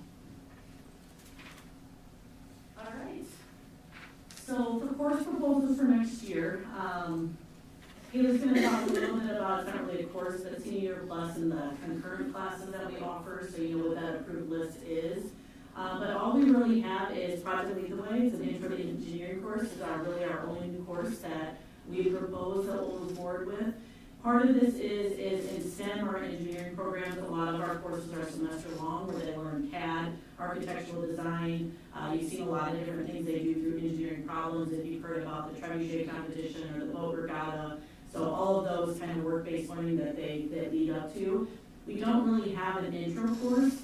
And since we don't really have that in the middle school yet, Brandon Toll has kind of led the way with this of how do we get just kind of a 9-week class that will fit into a freshman schedule a little bit better, where they can explore just kind of engineering in general to see, do I want to commit a semester of my schedule to, you know, CAD, architectural design, as that builds. So we're looking forward to this. We'll have to do a little bit of training. He's taught this in another district, so very experienced with it. So we're excited to be able to offer this and kind of build that program from that perspective as well. The financial algebra is not really a new course. We had a grant we've been piloting, so intermediate algebra is just changing the curriculum from a more financial focus because a lot of these students are the ones going right into the workforce.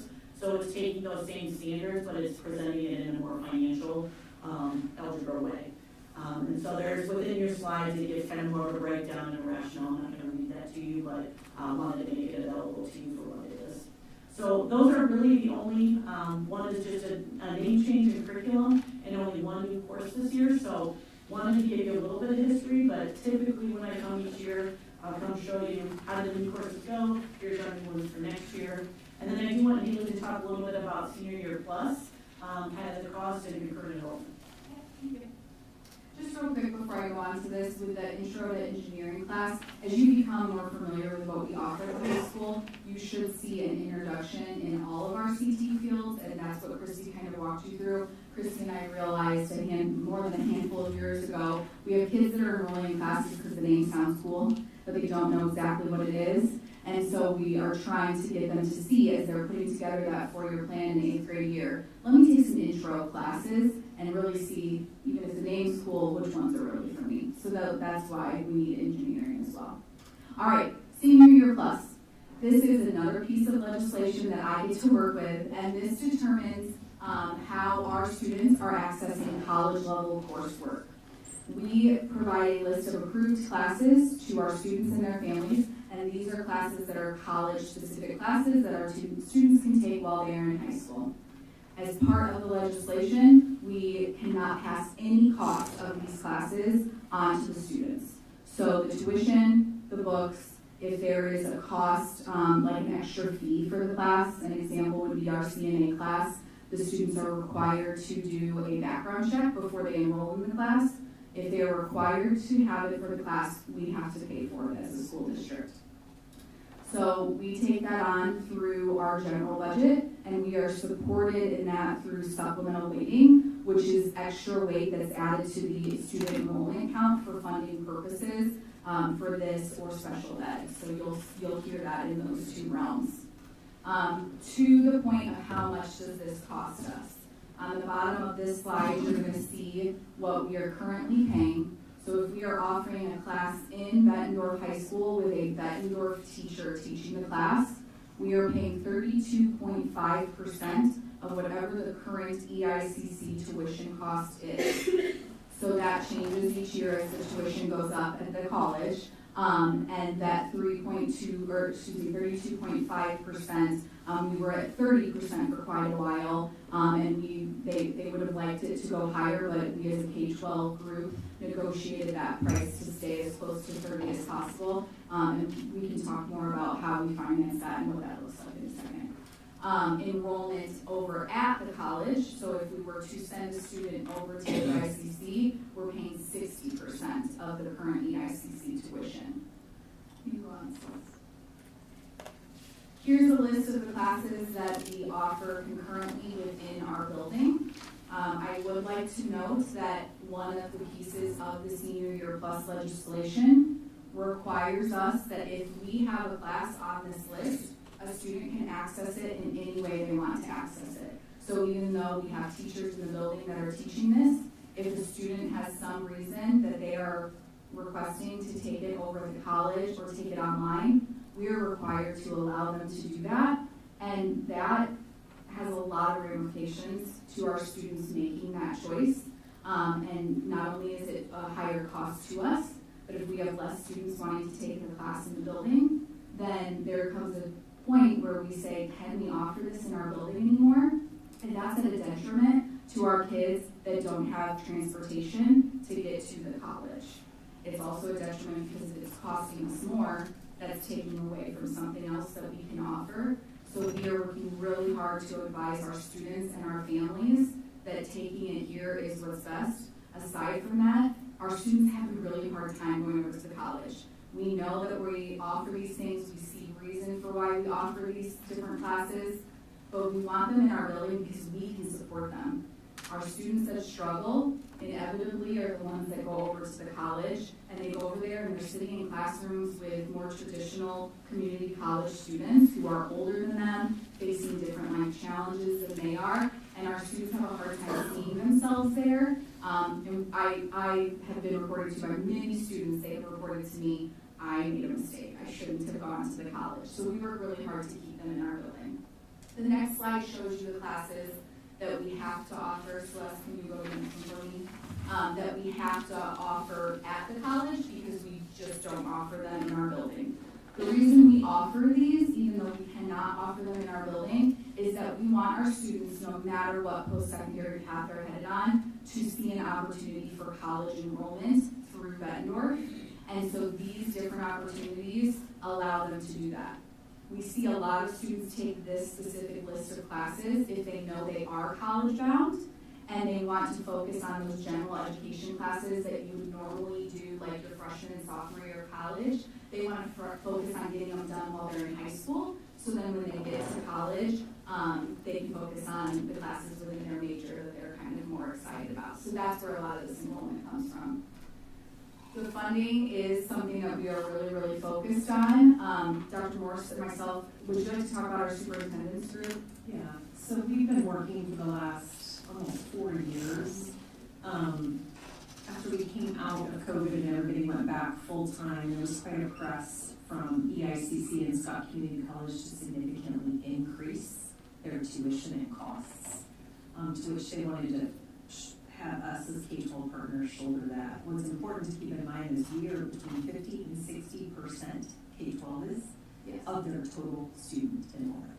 So without us, especially at Scott, they would struggle to exist. And so some of the questions that we've had for them is, you know, just like we have to make adjustments to student classes and enrollment. I know a few months ago there was some concern over dropping not filling a position at middle school in art, but when we looked at our class loads, we couldn't justify that to our taxpayers to do that, right? And so those are the questions we asked them. One of the pieces that Joe Studying and I and a couple others have really been working with Representative Moore, Representative Vondran on is how do we work with the college, the community college system across the state to create some standardization? Or if not, how do we open it up while there is no formal agreement that we can't work with other community colleges across the state? There's it's been referred to as a gentleman's handshake or gentleman's agreement. And so what we'd like to see is an option where we can either work with who we want across the state. Scott or EICC is probably on the higher end of tuition costs, if not the highest in the state. Or how do we work where all of the community colleges across the state have the same rates, if that makes sense? And Haley and I had the privilege of attending. EICC offered it out to all the K-12 partners to attend a national post-secondary concurrent enrollment conference, and we went one year. We took them up on the offer to go with them. And in talking with other people who do this work across the state, there was just differences of how those community colleges set it up. In our arena, there's quite a few of their administrative staff that oversee the concurrent program, and there might be in other places across the state where there just might be one person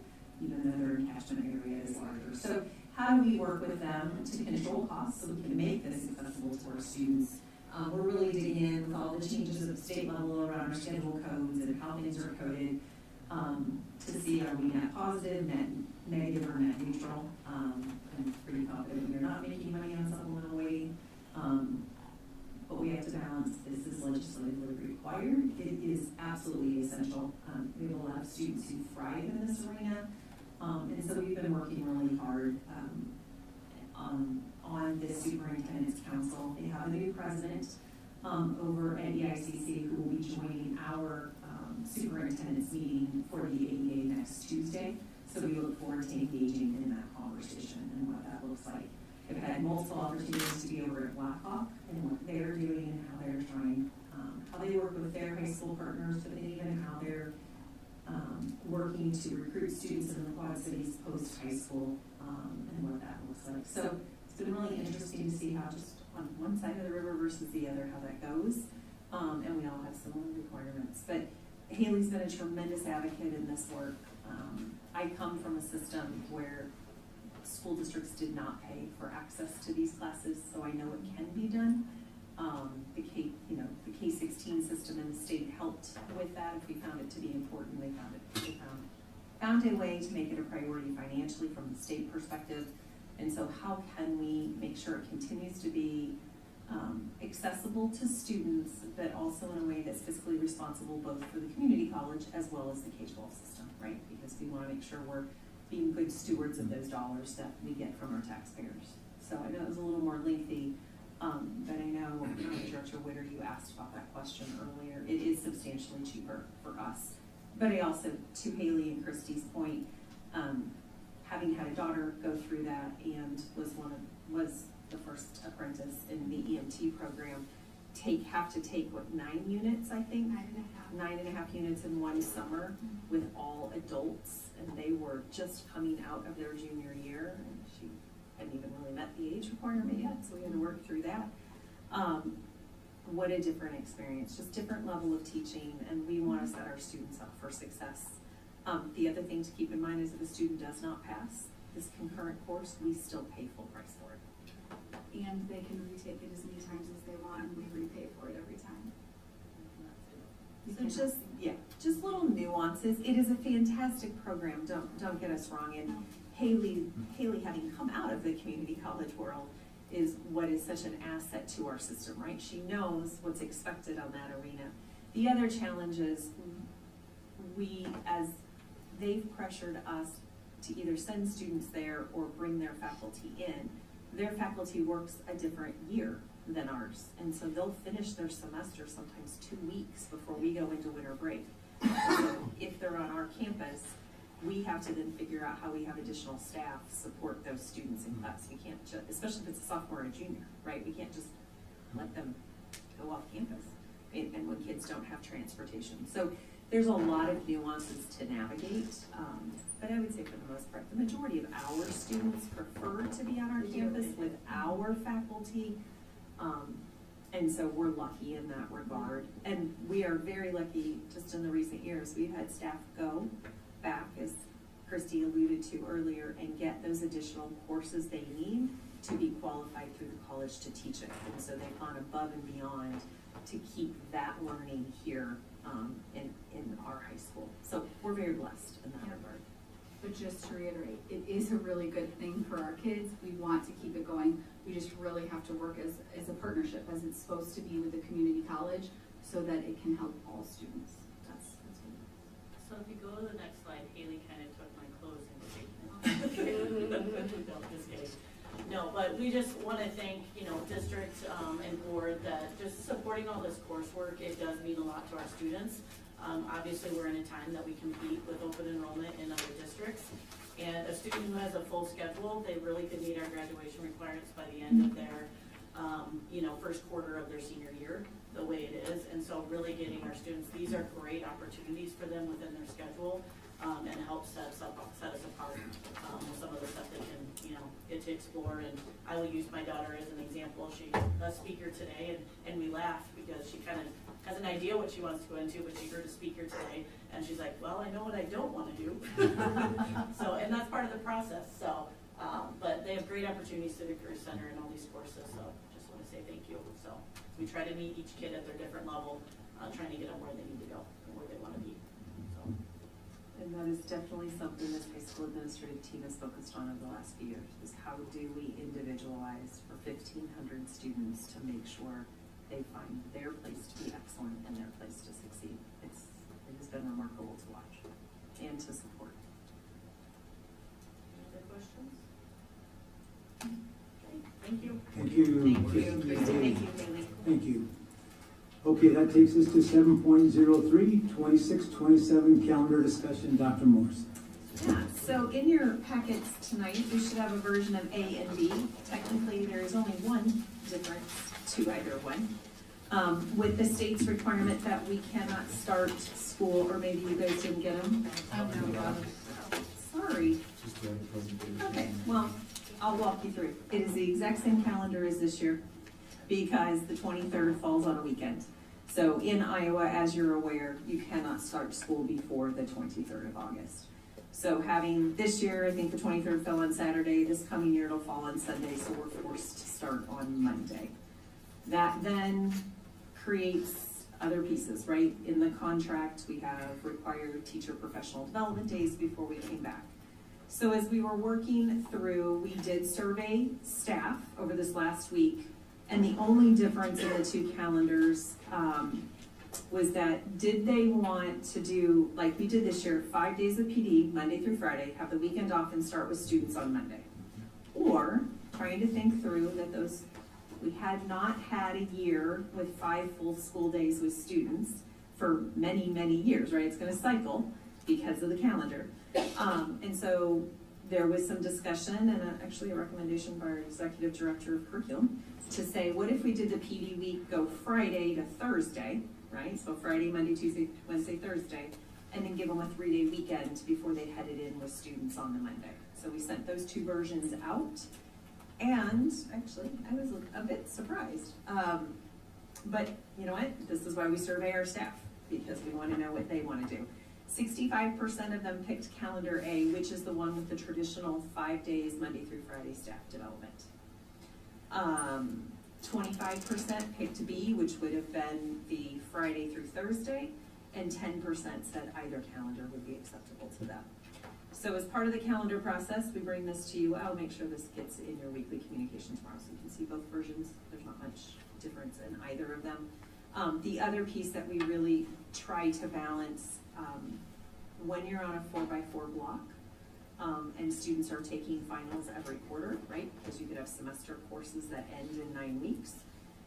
We want to make sure that those quarters are balanced, because on any given day, and Trent, Melissa, correct me, I don't see, or is Christy bent over? Oh, JV's hiding her. And Christy, correct me if I'm wrong, but that pacing, because you're taking an extended block, right? You have a longer period than a 7-period day. You're going at a faster pace. So you're probably about a day and a half worth of instruction per day. And so if one quarter only had 40 days of instruction, and I'm taking a 9-week science class, and then my friend takes it a different quarter and they have 44 days of instruction, right, because the quarters aren't balanced, they're still going to be expected to get through the same amount of standards and work and have the same assessments. But now I have gotten almost 8 days more instruction than my friend did in this class. And so we really work hard to make sure those quarters are balanced, and especially at the high school, right? Because those are the grades that matter. Those are the grades that are forward-facing when you're applying for post-high school. So in looking at that, but in terms of where spring break lines up and all of those other things, they're almost identical to this calendar year. So in December, at our next meeting, we will bring back the recommendation, and as the survey stands, there would be no reason not to recommend calendar A for next year, which is students start on the 24th of August, teachers would return on the 17th. They would have their buyback day on Monday, August 3rd. We started that about 4 years ago, where they can have a day to come back in their classrooms, do what they need to do, their annual online trainings, check their equipment out, put in work orders if something's not working as it did when they left, and it gives our IT team and our custodial team a couple extra weeks with those work orders before everybody returns, right? All 650 employees and the 4,200, 4,300 students, which then it becomes busy. So that's the process for the calendar. We bring it just kind of as an information, and then we'll ask you we'll make a recommendation and ask for your consideration and vote at the next meeting. And our goal was to have this out to our families and our staff prior to winter break. So if it is approved in December, we'll meet that goal. So, thank you. Any questions? Okay, moving on, it takes us to 7.04, approval of the naming of newspaper. So code requires us annually to do these perfunctory, where we identify our newspaper for publications, such as we're required by a lot of published things in our budgets and other things. So we worked through the financing to do the middle school renovation, and there was a hearing we had to do before we could bond against our save dollars. That's required to be published, right? And so this district has historically named the Quad City Times to be its newspaper of publication. So that is what you're. All right, I move that we approve the naming of the Quad City Times as the district's official newspaper for publication. Do we have a second? Yeah. I second. It's moved and seconded. Roll call, please. Dr. Larkin? Yes. Dr. McGivern? Yes. Dr. Witter? Yes. Dr. Rudy? Yes. Dr. Castro? Yes. Dr. Ingles? Yes. Dr. Henson? Yes. Motion carried 7-0. Moving on, takes to 7.05, approval, appointment of legal counsel. I move that we approve the appointment of legal counsel of the district for school year, Lane Waterman General Counsel, Alex Cooney, et al. Special projects. I'm gonna ask for a quick discussion before we move forward. I mean, I can wait, I'll wait to see if there's a second.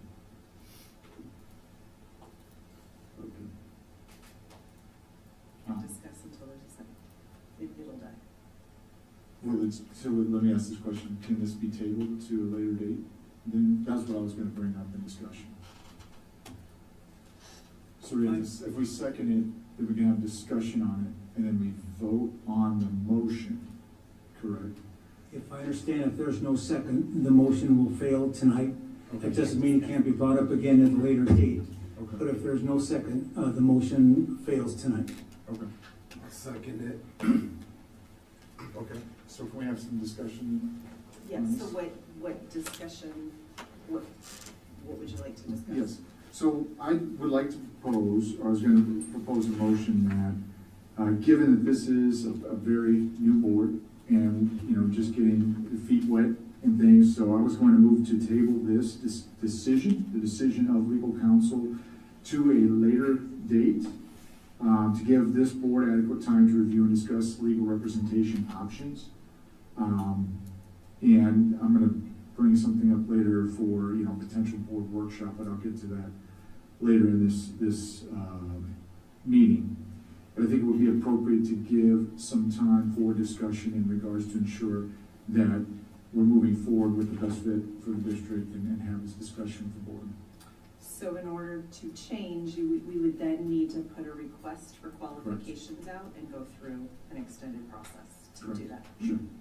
Sure, yep, And current council, both Lane and Waterman and Allers would stay in place until then. correct. Yep, I would imagine that, you know, any time sensitive matters, anything we would need for any legal counsel between now and then, they should be able to cover under our current, relationship or current understanding. And then we'll have some time as a board if that's acceptable. I don't know if we need to actually vote on that or if it's just, or if we vote on accepting them now, and if it fails, then we have that discussion on going through that process, or how does that work then from here? If I wanted to make that motion to table it, but since it's been approved, or it's been seconded, we're gonna vote on whether to accept them, and if that fails, then we can go through that process of discussion and make, like I said before, I just wanna give this board ample time and adequate, discussion on making sure that everything aligns with who we select for that. Okay, so we had a motion, it's been moved and seconded to agree to Lane and Waterman. as our legal counsel with Allison Cooney, Special Projects. So, to read, Dr. We'll go to roll call. Mhm. Okay, roll call, please. Director McGivern, No. Director Witter, No. Director Brody, No. Director Castro, No. Director Ingles, No. Director Hanson, No. Director Larkin. Yes. Motion failed. Motion fails. Okay, moving on to approval of the resolution of the naming depositories. Do we, I'll make a motion to approve the resolution for the naming depositories as listed. do we have a second? I'll second It's been moved and seconded for approval of the resolution for naming depositories. Roll call, please. Director Witter, Yes. Director Brody, it. Yes. Director Castro, Yes. Director Ingles, Yes. Director Hanson, Yes. Director Larkin, Yes. Director McGivern. Yes. Motion carried 7-0. Okay, that brings us to 801, Board Shared Communication and Board Reflection. Since we have 4 board new members, I'll begin with, we'll give you a chance to kind of gather some of your thoughts. Okay, we'll begin with Director McGivern. Okay. Since this is my second go around on communication, just want to say welcome to the new board members. I'm excited to work with you and work together. Just for everything that was discussed tonight, you know, I think at the end of the day, obviously, and I've said this before and believe it to absolutely be true, our focus of our end customer is the student and making sure that everything we're doing at this table is to ensure that they can thrive and be successful in every aspect of education and making sure we're preparing them to be the best and brightest, whatever that next step is outside of high school. So again, just welcome all the new members and look forward to working with you, the team, staff, and everybody. Thank you. Director Larkin?